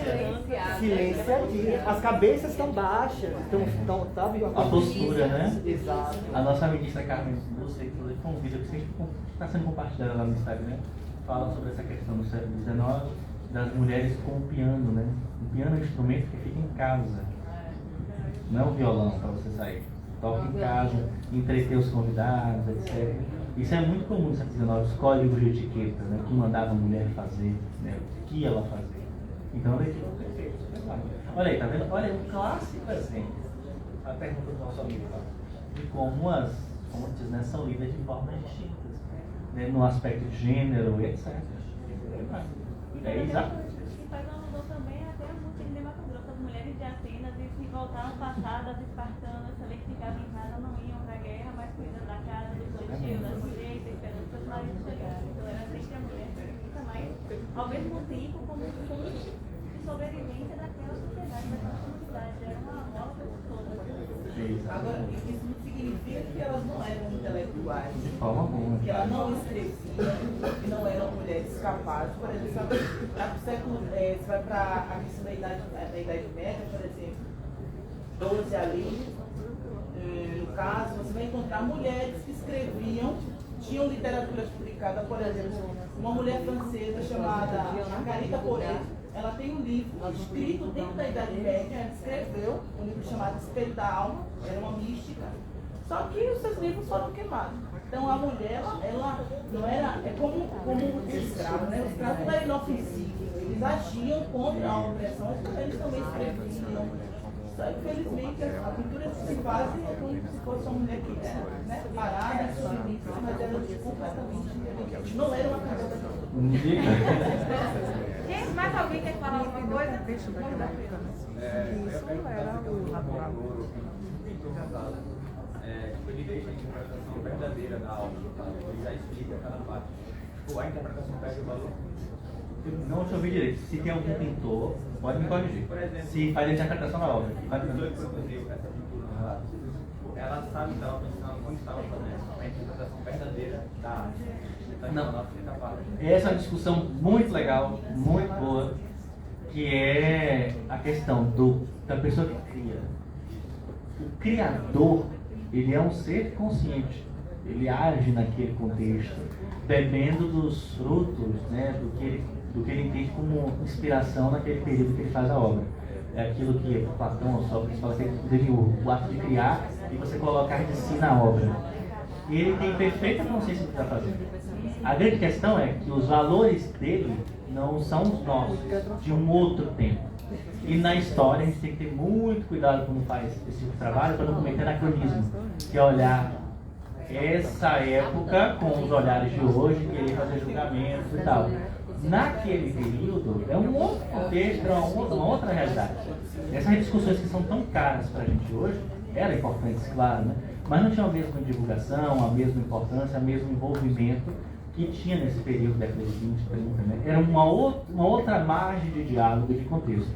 Mas o autor, o pintor, o artista, ele é um ser que está em link também com essa ideia política. Ele está a serviço também desses governantes. O Pedro Américo faz uma pintura histórica sabendo o que ele estava fazendo. Ele estuda cada um dos casos, ele vai se inspirar em outras obras para fazer um trabalho seguindo essa ideia de glamorização e tal, apoteótica, com uma intenção muito clara, muito específica. Não são inocentes, né? Claro que tem que olhar obra a obra, né? Mas essas que eu mostrei não tem inocência, tem um projeto. É da Silvia que fala de projeto, né? Projeto, né? Projeto. Tem um projeto. Aquele da pintura da maldição de Platão, deixa eu ver. Me fugiu. É Paulista. É essa pintura aqui. Retrata completamente isso aí. No Brasil, completamente embranquecido. O questão dos namorados que eu falei, do namorado, é realmente isso, senhor. Quem está sentado, a mulher, e o homem em pé, segurando o filho. Não os dois abraçados, exatamente. Agora que eu estou lembrando. Tem que fazer.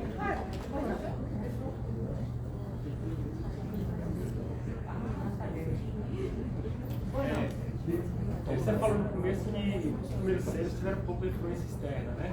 Desculpa, eu não ouvi. Os primeiros seres tiveram pouco de influência externa, os primeiros. Mas no Brasil, outro país, chegou a adotar, digamos, um ser de um valor internacional, ou todos se limitam a interesses nacionais? Menino, que pergunta! Aí eu não tenho que fazer, do que adiantar mais na pesquisa. Inicialmente, esteticamente, esses selos tentam seguir essa iconografia com base nos primeiros selos, né, mas vai mudando com o passar do tempo. Ele não segue uma regra, tem muita liberdade nesse aspecto de representar os personagens ou de retratar os momentos específicos. Agora, a nível internacional, para a gente fazer esse trabalho assim, comparativo, a gente vive uma pesquisa muito mais ampla. Eu não sabia dizer. Teve um ser que representou a expressão fato internacional. Ah, sim, um evento? Vários. Visitas de ex-presidentes, exposições universais, criação da Organização das Nações Unidas, feira de ciência e tecnologia, morte de personagens icônicos. Olha, tem selos maravilhosos. todo mundo que chegava aqui no Brasil, né, presidente, recebia um selo. Visita do presidente do Irã, do sultão de não sei o que lá, né, a criação da ONU, do prédio da ONU em Nova York. Então, eventos nacionais eram representados, muitas vezes.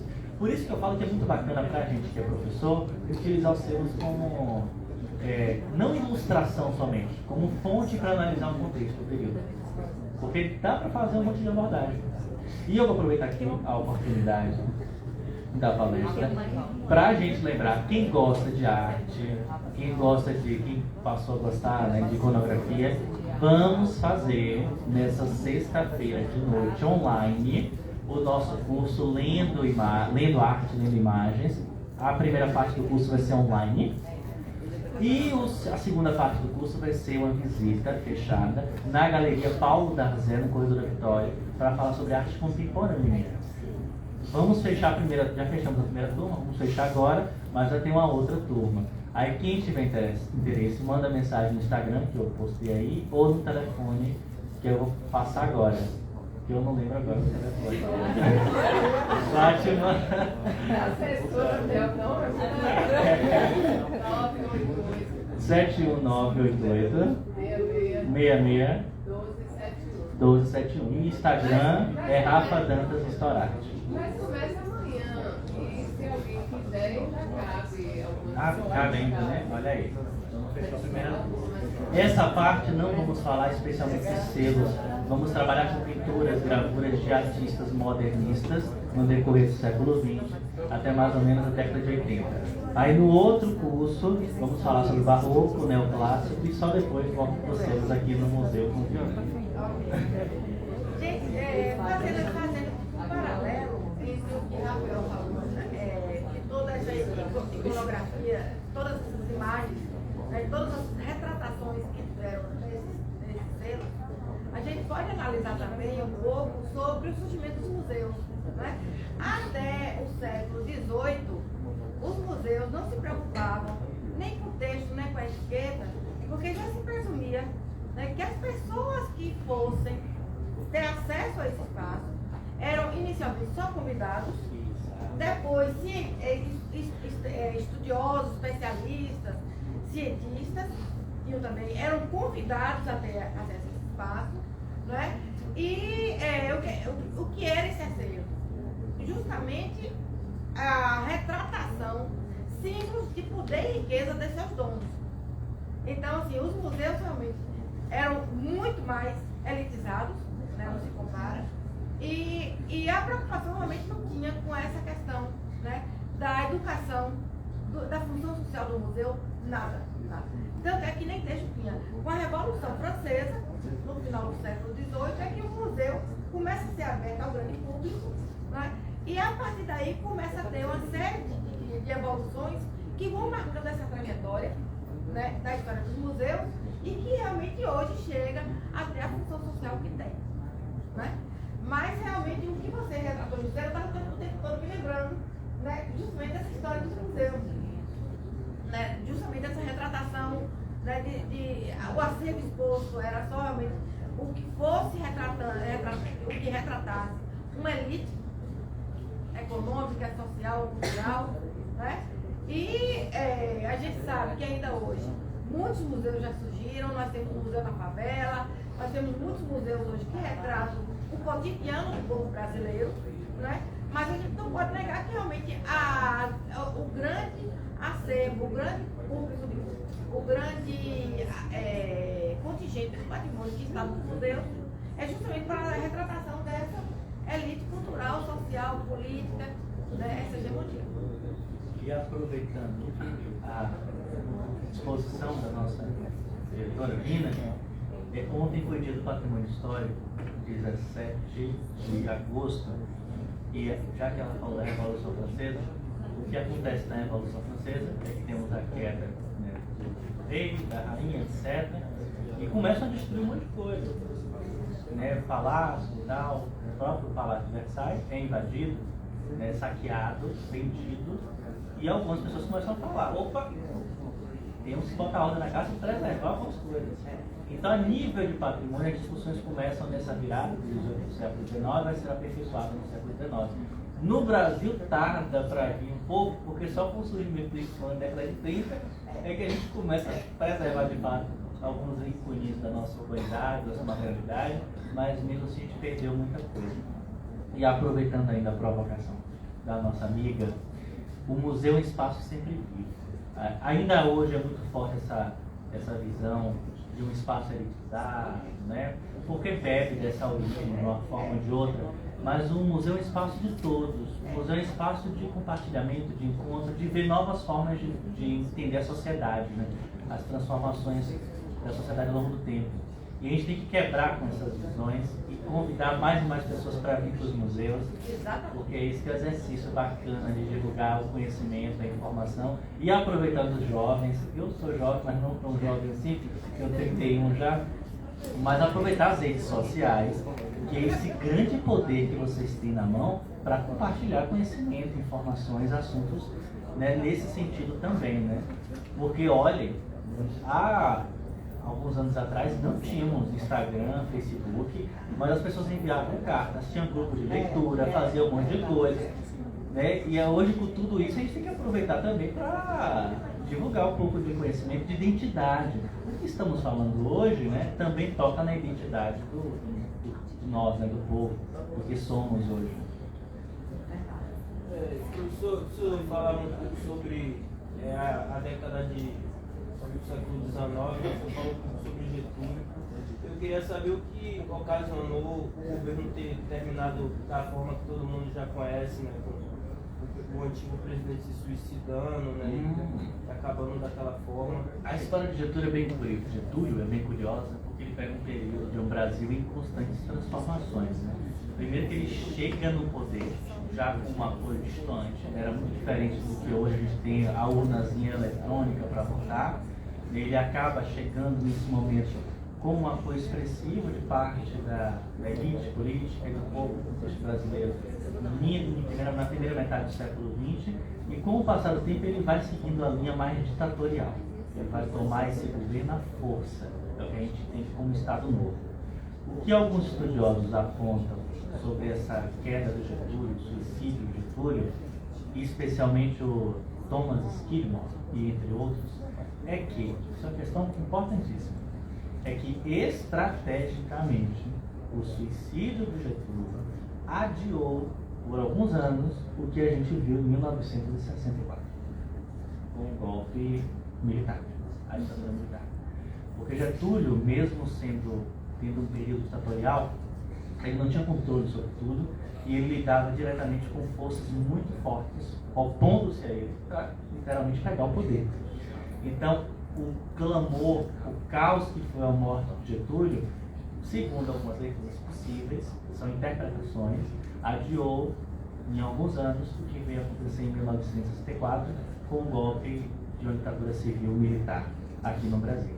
Então muitos falam que foi uma saída estratégica pensada por ele, por esse personagem que é interessante falar, muito polêmico, porque ele ao mesmo tempo que foi um governante que consolidou leis trabalhistas, que olhou para os mais vulneráveis, para os trabalhadores, etc., foi o personagem que perseguiu, mandou matar muita gente que pensava contrário a ele, e mandou Olga Benário morrer em um campo de concentração grávida na Europa, pelos nazistas. Então, é um dos casos da nossa história que a gente tem sempre que olhar nesses diversos aspectos, nessas diversas faces. Mas sobre a morte de Getúlio é isso que é colocado por muitos especialistas, por muitos estudiosos. Essa figura polêmica. Recomendo, já que você gosta, ver um pouco da biografia dele, do Lira Neto, né, que é 3 volumes.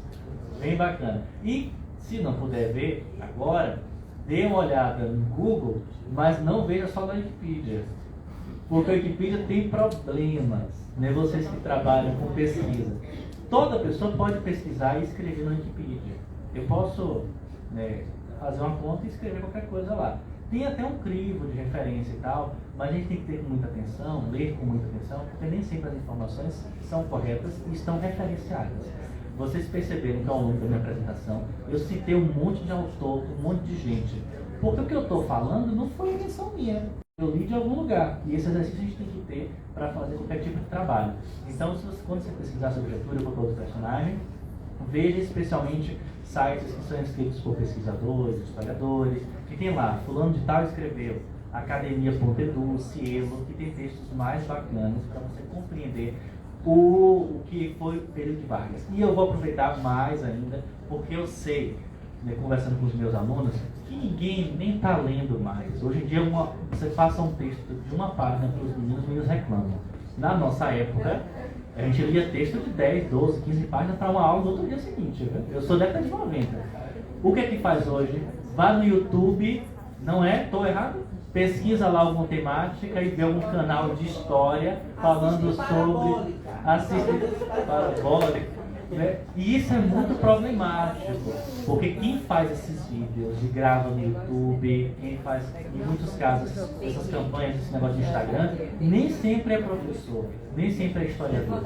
E fala muita coisa naquela ideia de uma história sensacionalista, pegando aquelas coisas, um assunto, por exemplo, Revolução Francesa.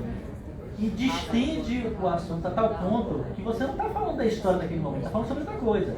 Aquela questão do anacronismo que a gente conversou. Então tenham muito cuidado com o que vocês pesquisam nas redes, porque nem sempre é correto. É igual as imagens. Botam a imagem para falar um negocinho, para ilustrar, e é uma outra coisa que não tem nada a ver. Instagram e YouTube tem muito isso. Então sempre procurem ver quem faz esse conteúdo para vocês terem certeza de que estão assistindo a uma coisa bacana. Fotos de Salvador antiga. No Instagram, no Facebook. Quem compartilhou, quem foi o fotógrafo, né? Eu estou trabalhando com selos, eu estou mostrando de onde vem o selo, né? Você não pode simplesmente compartilhar uma fonte dessa forma, tem que mostrar o caminho de onde você tirou aquilo tudo e fazer uma leitura exata. Então, rede social hoje tem que ter muito cuidado com essas informações. Ainda mais no Júlio Vargas, porque vai ter gente criticando, destruindo o leitor, e vai ter outras pessoas colocando ele lá em cima e deusando. E a nossa função não é dizer que ele é Deus ou que ele é herói, é retratar ele como um homem naquele contexto. É essa a visão. A mesma coisa com essa leitura que a gente está vivendo. Não estou dizendo que a gente não tem que ter uma observação crítica enquanto cidadão da nossa sociedade. Temos que ter essa observação. Mas falar sobre a história, observar isso nesse aspecto de analisar o homem naquele período que ele vive. Aproveitando a fala do professor em relação às redes sociais, eu gostaria que vocês seguissem o museu no Instagram, é Museu Eugênio, certo? E no canal do YouTube, repetido, @Museu Eugênio no Instagram e o canal do YouTube também. Certo? Então, gente, porque assim, como o professor falou inúmeras vezes, essa questão do Enem, não resta a menor dúvida que o bicentenário vai cair. E nós temos 17 palestras até dezembro do ano que vem. Nós temos aqui Varal Cultural, Moral da História, nós temos inúmeras atividades com cinema, com tudo, que vai discutir isso. Por exemplo, o Cineclube do Eugênio é um filme que vai falar sobre Carlos de Joaquina. Certo? Então, assim, nós temos inúmeros filmes e depois do filme tem um debate. Certo? Então, tudo isso vai referenciar o que o professor falou, desse conhecimento múltiplo, né, que vai ser necessário para você se sair bem na prova do Enem. Ok? Gente, olha, mais uma vez eu quero agradecer a presença de todos, a presença de todos vocês, agradecer a equipe do Museu Eugênio Teixeira Leal, que apesar de ser diminuta, ser muito pequena, é uma equipe que realmente é aguerrida, que chega junto, que luta, né, e que realmente faz acontecer, não é? Mesmo com tantas atividades, mesmo, graças a Deus, com um grande atendimento ao público. Ontem pela manhã nós tivemos aqui 6 escolas visitando, né? Então, graças a Deus, eu acho que realmente é muito bom contar com essa equipe, né? Nós temos ali uma que é voluntária, que é voluntária aqui no museu. E quero, de uma forma muito especial, agradecer ao professor, né, que tão rapidamente, tão prontamente, atendeu ao nosso convite, certo? Então, eu quero lhe presentear.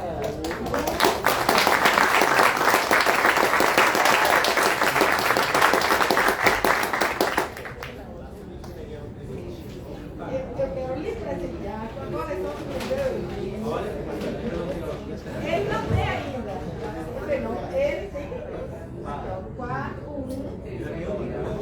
Ah, já? Para o nosso amigo terminou de Getúlio, aqui são trabalhos maravilhosos, textos escritos por especialistas sobre diversas temáticas. Né? Exatamente.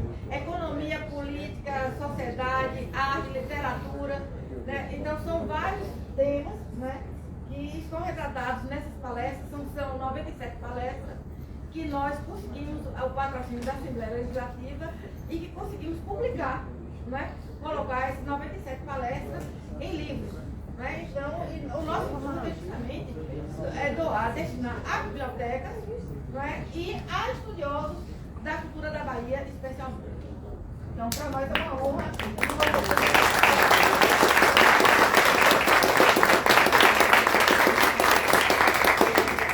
E aqui, o nosso certificado. Bom, mas o certificado tem aqui, deixa eu mostrar uma leitura de imagens. Olha só,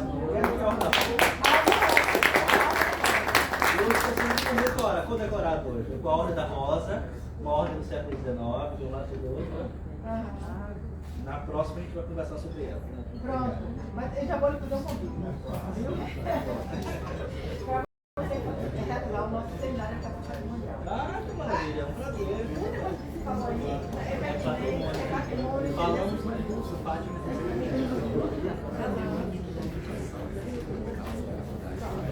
Meu querido, nunca deixa salvo essa live.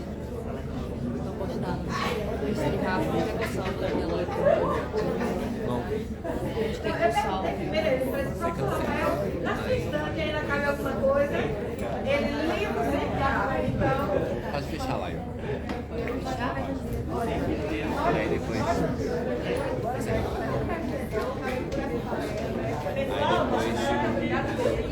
Aqui é a lista de presentes, aqui não assinou. Ele demora um tempo para processar. E ele fica salvo aqui. Aí você pode depois. Guarde o certificado, é importante para vocês, viu? Deixa eu perder.